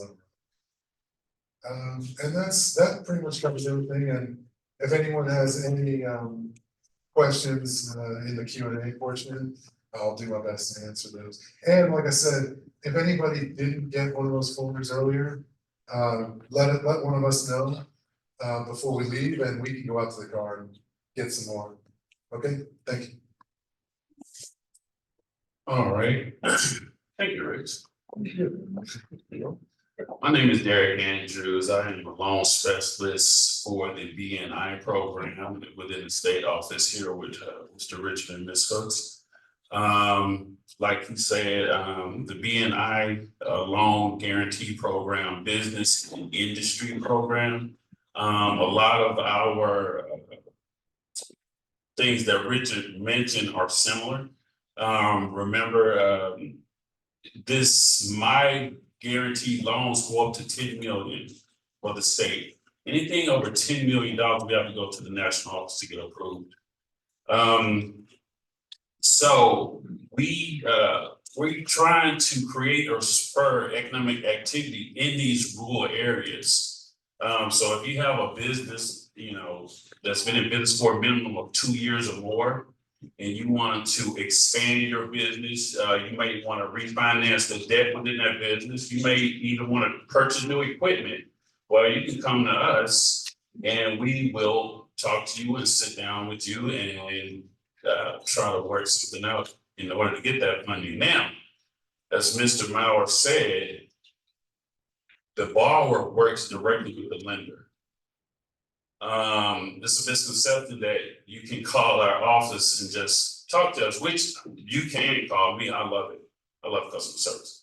But in order to prepare the application and other documentation, you have to go to a lender first. And they, well, someone depending if they're knowledgeable of our program, they will put together the entire documentation packet and get it over to us. And I am the only BNI specialist in the entire state of Arkansas, so I'll be the one analyzing the packet for approval or not. So like I said, the loans can be used for refinancing debt to create cash flow for your business, inventory, even construction. I'm sure some of you are aware of the new Marriott that's going down in Pine Bluff right now. My office funded that for them. So now it's going to create jobs for that area and provide more money in that area. And that's what the purpose of my program is, to do. Now, a lot of borrowers will get us mixed up a bit with SBA programs. They'll call my office and they'll say, well, I want to start a business in this rural area. Well, you're starting a business. The business that we deal with, a minimum of 2 years, because we're going to request your financials. We need to see financial statement. We're going to request credit reports. So we take a deeper dive into things that a person that started a business may not have yet. So SBAs to start a business, us is 2 years or more in business. Rural development for my program, the population must be 50,000 or less. Anything over 50,000 personnel, it shuts that off right there. You cannot do this guarantee loan. We stop right there. My information is going to be in this pamphlet. If you email me, I developed a USDA resource guide that provides information on every program that we have. And it also provides this map locator. So all you have to do is input your address or wherever that business is located. And that map will say yay or nay that you can do business with our program right on the spot. So if it says no, then you cannot do it. That's the end of that. And that's exactly where I start on every application. I check your address first to make sure it's eligible. We've done other deals with Riceland, the Riceland company in northern Arkansas. You can also purchase another business as long as it saves or creates jobs for people. As long as it creates or saves jobs for you, that's one of our main focuses. If you don't save any jobs, and you don't create any jobs, no. Like I said, we're trying to spur economic activity in rural areas. I'm going to end that right there. I'm going to touch bases a little bit on the REAP program. How many farmers do we have in here? Do we have any farmers in here? One. Okay. So the REAP program is the Rural Energy for America program. And what this does, it provides a grant or loan for renewable energy products for farms. It can be solar, electrical, doors, windows, insulation, lighting. I'm not directly responsible for that program, but I'm speaking on it today. If you need more information regarding this program, I have provided cards within your pamphlets, and I do have cards up here to get in contact with our REAP coordinator. If you guys have any other questions, just see me after this meeting if you don't want to ask in the Q&A, and I can provide you more information.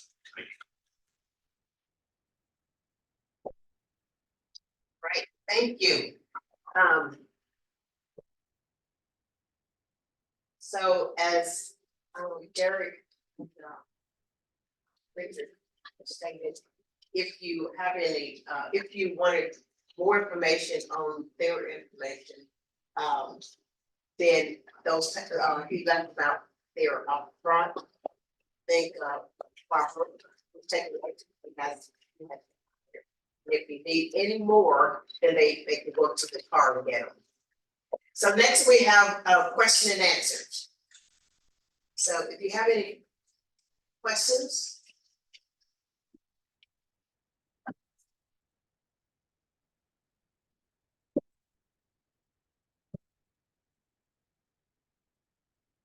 Are there any questions? Okay, you got one, okay.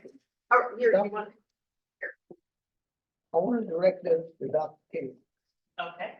He was talking about Arkansas Department of Agricultural and the cooling system and installations. When does the application period close? It's, February 16th. yeah, Okay. February 16th, it's a short time fuse on that. And that's why I was encouraging, we've been trying to get the word out. I heard, they've gotten some information on it, some of it advanced, and finally get staff people were there. So often, was there, Ms. Irby, was also there at that meeting. So, one, I want to encourage others, you know, you're not an urban farmer, but if you know someone that's dealing with, raising vegetables, encourage them to make the application. FSA, if y'all are financing microloans and they're raising vegetables, you know, it came out quick, it's gonna close quick. We may have it again another year, we don't know, but I'm encouraging that we are all targeting to get vegetable producers in to make the application. It is a grant program, and you don't get that too often. Qualifications for it, stipulations, what do you have to have to apply for this? Okay. Just be a vegetable farmer? Well, one, you should have, I think it's one or 2 years of your history, you know, in vegetable production, showing your production and your, I think volumes on that, you know, you can create a sheet.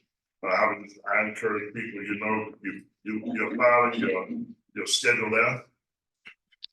You would have some sense of both what your revenue is, and you know what your production enterprises were the previous year, this list of production enterprises and revenue, and you can put you have, you know, that document for your tax form, your revenue generated for the previous year. And the other thing was that number, I'm not even trying to call the number again. It was the number that Mr. Bacon gave you all. You already have that number, but yeah. We were pushing farmers to get that number back a couple of years ago. Need to get that number. Not having it, you can miss some of the government payments. I think some of us found that out, particularly our small producers.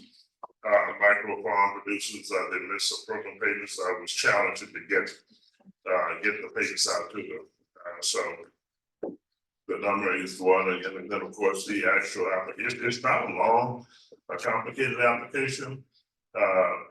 Mr. Lofton, if you don't have a sample of it, he would know whether you can get it online. I don't know if we brought any copies. We bring any copies with us? No, we didn't bring any copies with us. I guess we probably should have. Not just contact our office and we can forward you one of the applications for that particular grant.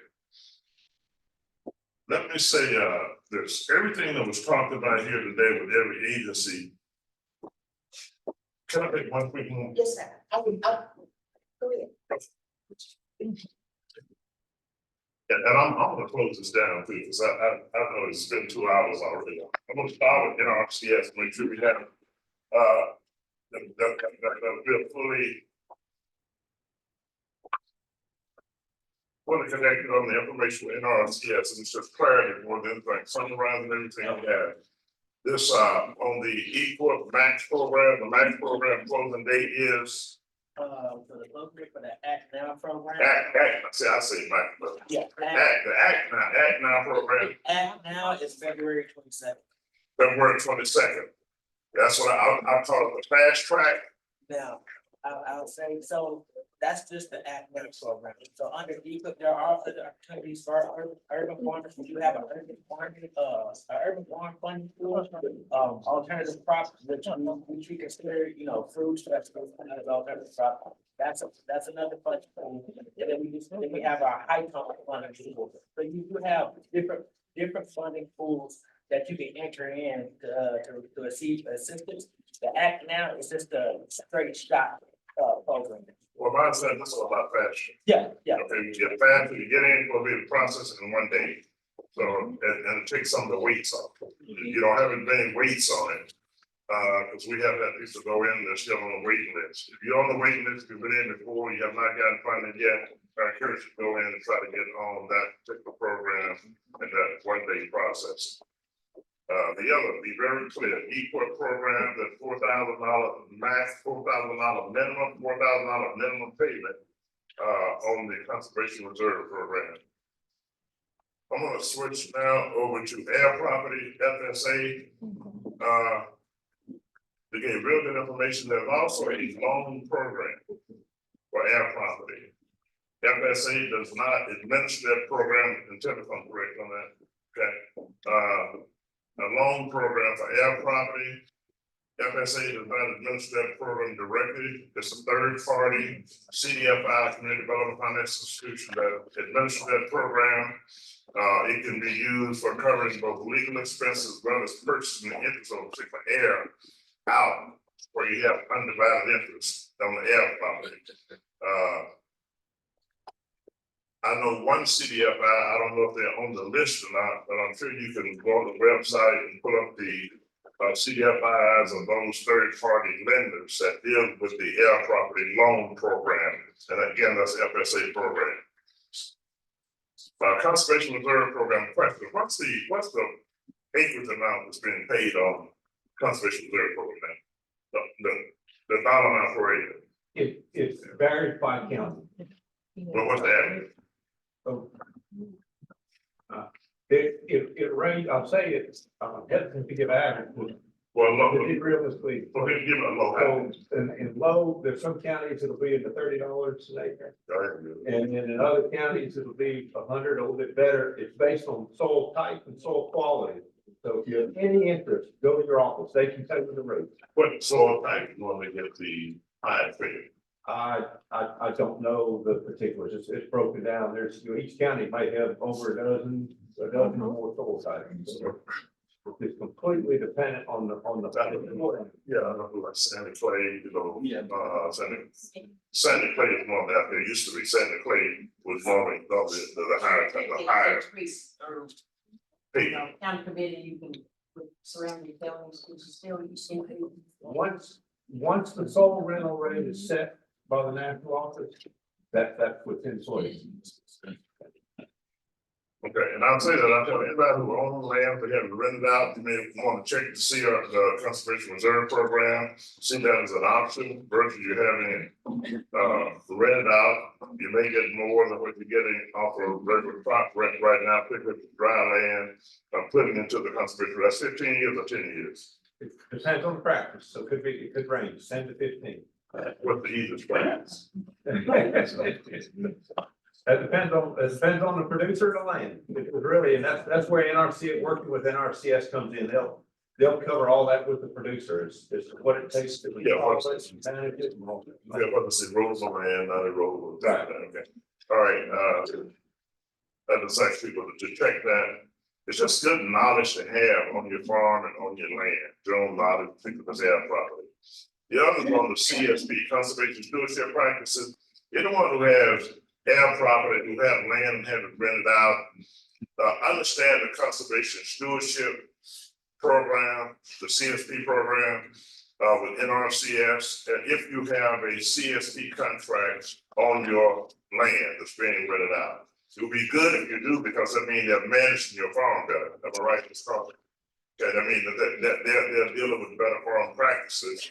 If you are if your operator is using the CSP program. If he or she is not using the CSP program, I would encourage you to get the one who's ready to land to sign up for the CSP program. Maximum for a contract is what, $250,000 per contract per phone number? So individual, 250,000, Over 5 years. yeah, and then, for instance. No, let me take that back.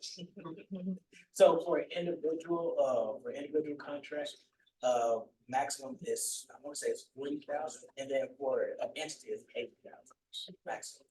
Okay, so if I'm an entity and have 100 acres for our number 2, and have 100 acres in it, then I can get 250,000. If I'm an entity, if I'm not an entity individual, then I can only get 40,000. So that 250,000 that you're naming, so let's say you have multiple contracts. Right. And so that's where that 250,000 comes into. So if let's say you've been through, the CSP program multiple times, and if you reach that 250,000, then you kind of just tapped out. So the maximum amount that can be drawn on CSP per farm number is $250,000. $40,000 a year. Yeah. A year. And Up to. up to $40,000 a year Yeah, for individual, and then for an individual for entity, that'll be 80,000, up to 80,000 per year. per year. Okay, so either way, you do that on the math on that. About $40,000 a year, so then it's beneficial for the operators, it's things they do anyway, the crop rotation, things of that nature. What's the other one we had? She mentioned cash flow on your loan program. Now, cash flow, you'll see, whether you make the money, lose the money. On your cash flow, the security, you have chattel, you buy some equipment, and your crop is equal to, once this on a micro loan, because the micro loan, $50,000 micro loan. If it equals to 100% security, that's adequate without taking any added security in the reason they had. For the equipment, yes, equipment, micro loans for the purchase of equipment can be secured at just 100%. But with crop loans, we're talking about the funds and expenses, we have additional security available, we're gonna try our best to get those secured up to 100%. And there is a microloan, pamphlet out there that walks you through the microloan process. Okay. So again, micro loans, those small farmers, urban farmers, that loan program normally fits better. You mentioned that Harvey on the grant program business. You gave the loans, gave the grant on community facilities, you gave the loan on community facilities, both guarantee and direct, and you gave the loan on the BNI, both the guarantee and direct up to 10 million. What about the business industry grant program? How does that apply? I know you can be based to work with it with municipalities and with nonprofits. How do you all work at that part then? On the business industry? So the business in the industry is a loan. It's a loan guarantee. Well, that was one that you called Rural Business Enterprise Grant program. They're supposed to combine it from the last farm bill into under one. I don't know if it was all under the BNI, to sort of change the acronym for it. Right. But the grant portion of it still doesn't exist. I'm not directly responsible for that program. I would have to look more into it. That's why I gave out the information to contact me directly. Okay. Maybe email me or call me, and I have all of that information within my. Right. My understanding is that municipality can apply for it as long as they have a business to move into the facility, the business expansion or something of that nature. I would have to look. Okay. All right.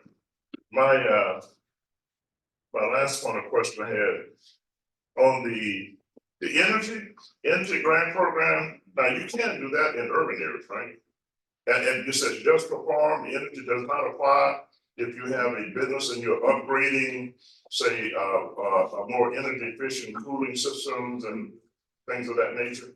Not sure, I'm not over that program either. The majority of the things are, towards our farming industry. As far as, chicken houses, keeping things warm, energy efficiency, for those personnel. I haven't come across anything regarding an actual business per se, but I'm pretty sure we do have that information, up at our state office. Okay, and what about community facilities and municipalities? Do they use the REIT on that? They can use that program too, right? Even in urban areas, We on don't, the energy program. no, the REAP program is under the business and industry program.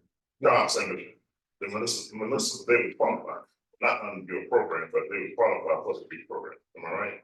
A community facility? Yeah, the municipality. Yeah, see, I don't work in the business program, so I don't know, I'm not familiar with those grants. With the So, REIT, okay, yeah, those would be Karen Williams. okay, all right.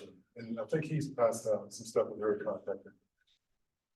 Okay, this is my final point, the grant program, he's gonna check on that, the other one is on the re-lending program, you all have what you call the certified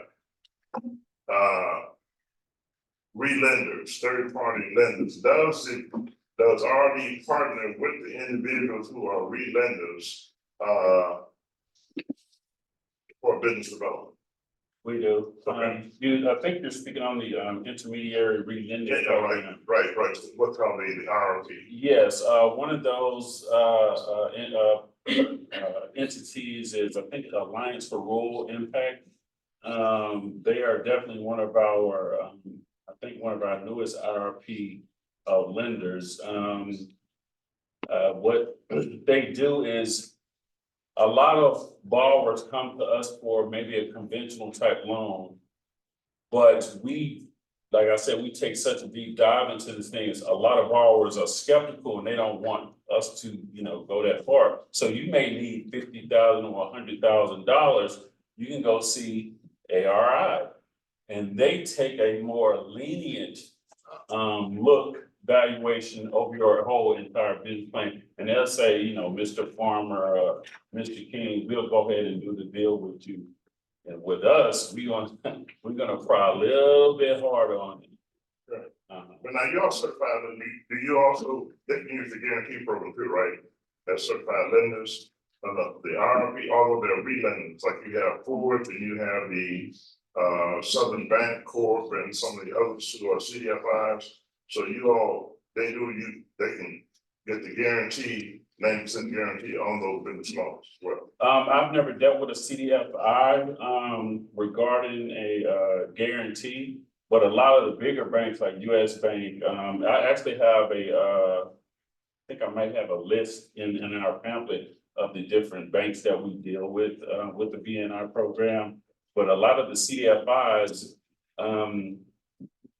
their lending probably can't go that high, they limited. We go up to 10 million. Some banks are capped, at lending, maybe have a $3 million limit capacity.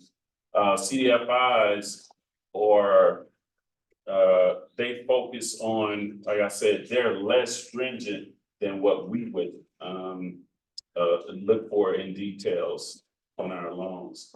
I'm not aware of any information regarding what you just said, but I can look into it.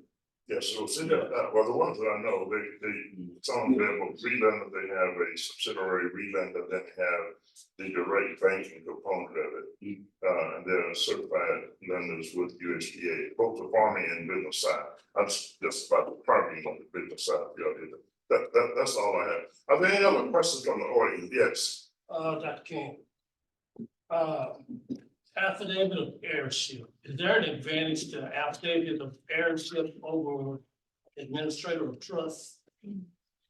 Over the administrator, well, the advantage, I think, the affidavit of heirship is USDA will recognize an affidavit of heirship, okay?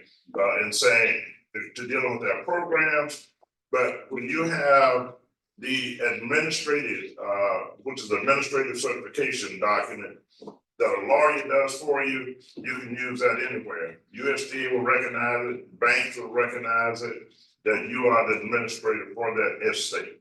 That's the basic difference. And I normally recommend the administrative draft.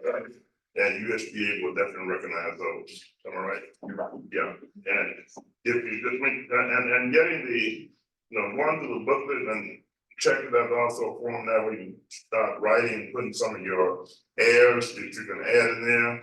But I just strongly encourage, work on and get that administrative authority, authorization. Somebody need to have it in the family, need to have it, in order to be able to do the things legally, and then two, before they get more stringent.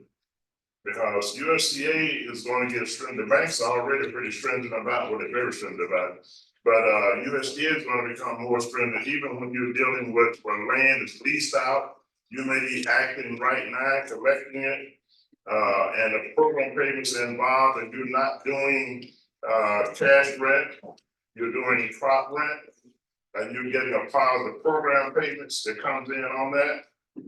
Yeah, and I don't say which way to do it, you make your assessment, but you look at all program contracts that the farm has, if they have CSP contracts, then the operator, the owner gets part of the benefits of the payment. No, If it's on crop, no, so with that, it could be, so it can be the owner that signs up. Or if they're leasing it to somebody and they're the operators, then they would have to get what's called a lease agreement with the owner, saying that the owner will allow them to put conservation practices on their properties, but on their land for the next 5 years of the contract. correct, I say, know the program, and if they're not using it, I encourage them to get that producer to use it, and that they're managing their property better. Administrator would be the better one to have, and you can use it across the board on housing and anything else. Are there any other questions? Yes, sir. Yes, sir, Dr. King, I'm looking for information on the average or going rate for leasing farmland in Lauderdale County. I'm wondering which agency would be best to get that kind of information. Farm service agency would probably be the best one to have what, okay, I won't go to farm, you know what I said? Yeah, okay, well, okay, extensive service, they say extensive, see that, now they gonna blame, they gonna put it in extensive service, because they're not here. That's why they need to be, they need to all these beats in the house, so they come back to the place. But extensive service, you can also, probably, I'm sure Mike can put it up on the online. That's what we normally do, this guy here. He's the one that normally do that stuff. He may already have that, but you can put it up by county. If it's basically with extensive service, you can put it up online. That's my head. Yeah, that's right, the National Ag System Service, NASA have it as well. But you can pull it up, the census document, the census document is normally have what the average is per county. And on all the census reports will have it also by county. The last census. It is continues to be going up, I know that over here, and irrigated, you need to look for either irrigated or non-irrigated. If it's irrigated, there's gonna be one price per acre, and non-irrigated would be another. Thank you, sir. Yes, sir. Yes, sir. One other question. How do we go about including if a section of property is left off of the farm number? And you want to go back and include that section within that farm number? What's the procedure for that? Well, again, you're gonna go to FSA on that. Now, and they can either add that in or create a farm number for that piece of property. Is that same owner? Yes, it's Yeah. their property. It's included into So, okay, both people, the old people and the new people owned by the same person. right. Bring me a deed with that new legal description. And we'll just add it into the new farm number. We might have another track number, but it'll still be under the same farm. But we probably make it in one farm. We can make it in just that. Can't make it with one. Farm service. farm service. Yeah. Yes, sir, for air property. If you are party of air property and you purchase all the other air property out of air property. And you've gone through the channels and had it recorded in courthouse and all of this, you had an attorney to do it. Right. Is there any recourse, for instance, if the person that purchased it passes away, is there any recourse for the other heirs to come back and reclaim the property? No, if the heir, the one that was heir, when you purchased it from the living person that was the heir, then that, if one, I'm assuming you sound like the children to, no, the child cannot, because the child didn't have interest at the point in time, as long as that sibling, the great descendant was living. Now, no, I'm just gonna leave it right there outside. Yeah. Say something about husband and wife, but I don't even get into that, because it makes it more complicated.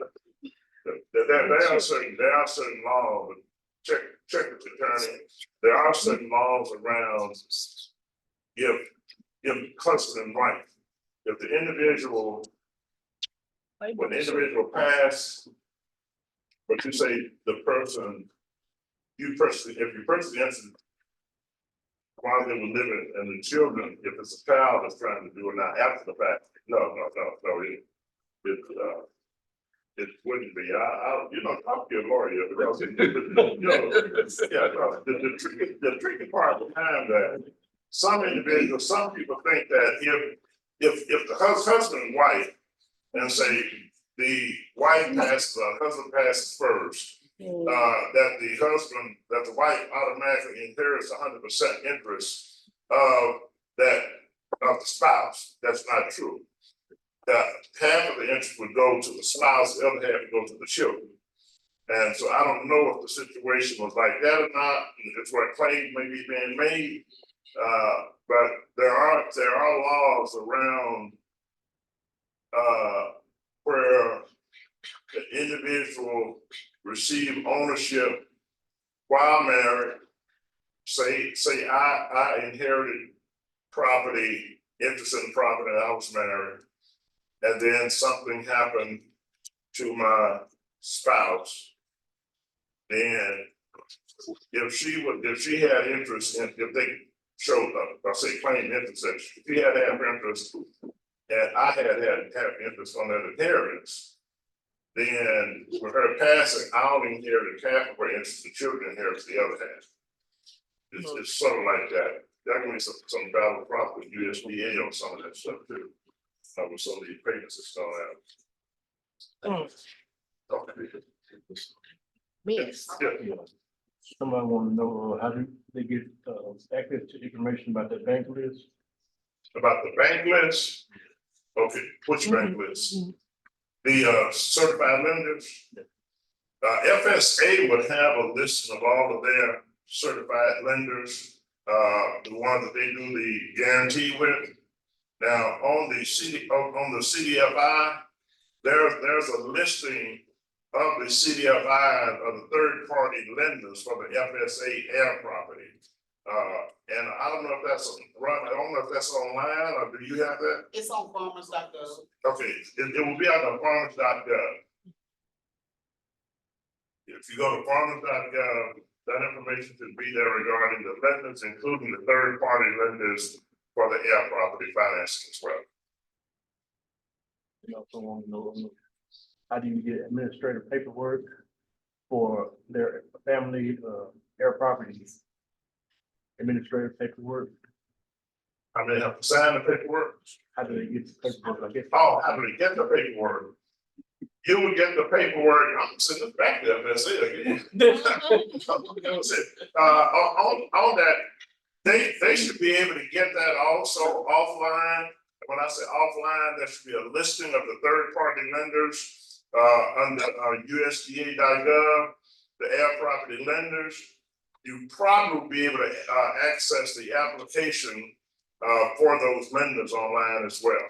If not, I would say contact Rhonda O'Quinn at Farm Service Agency State Office. And I'm sure she would be able to get that for you, but Run O'Quinn, at the FSA State Office, she's an outreach person, and she's very knowledgeable. She has all the information how it's supposed to work.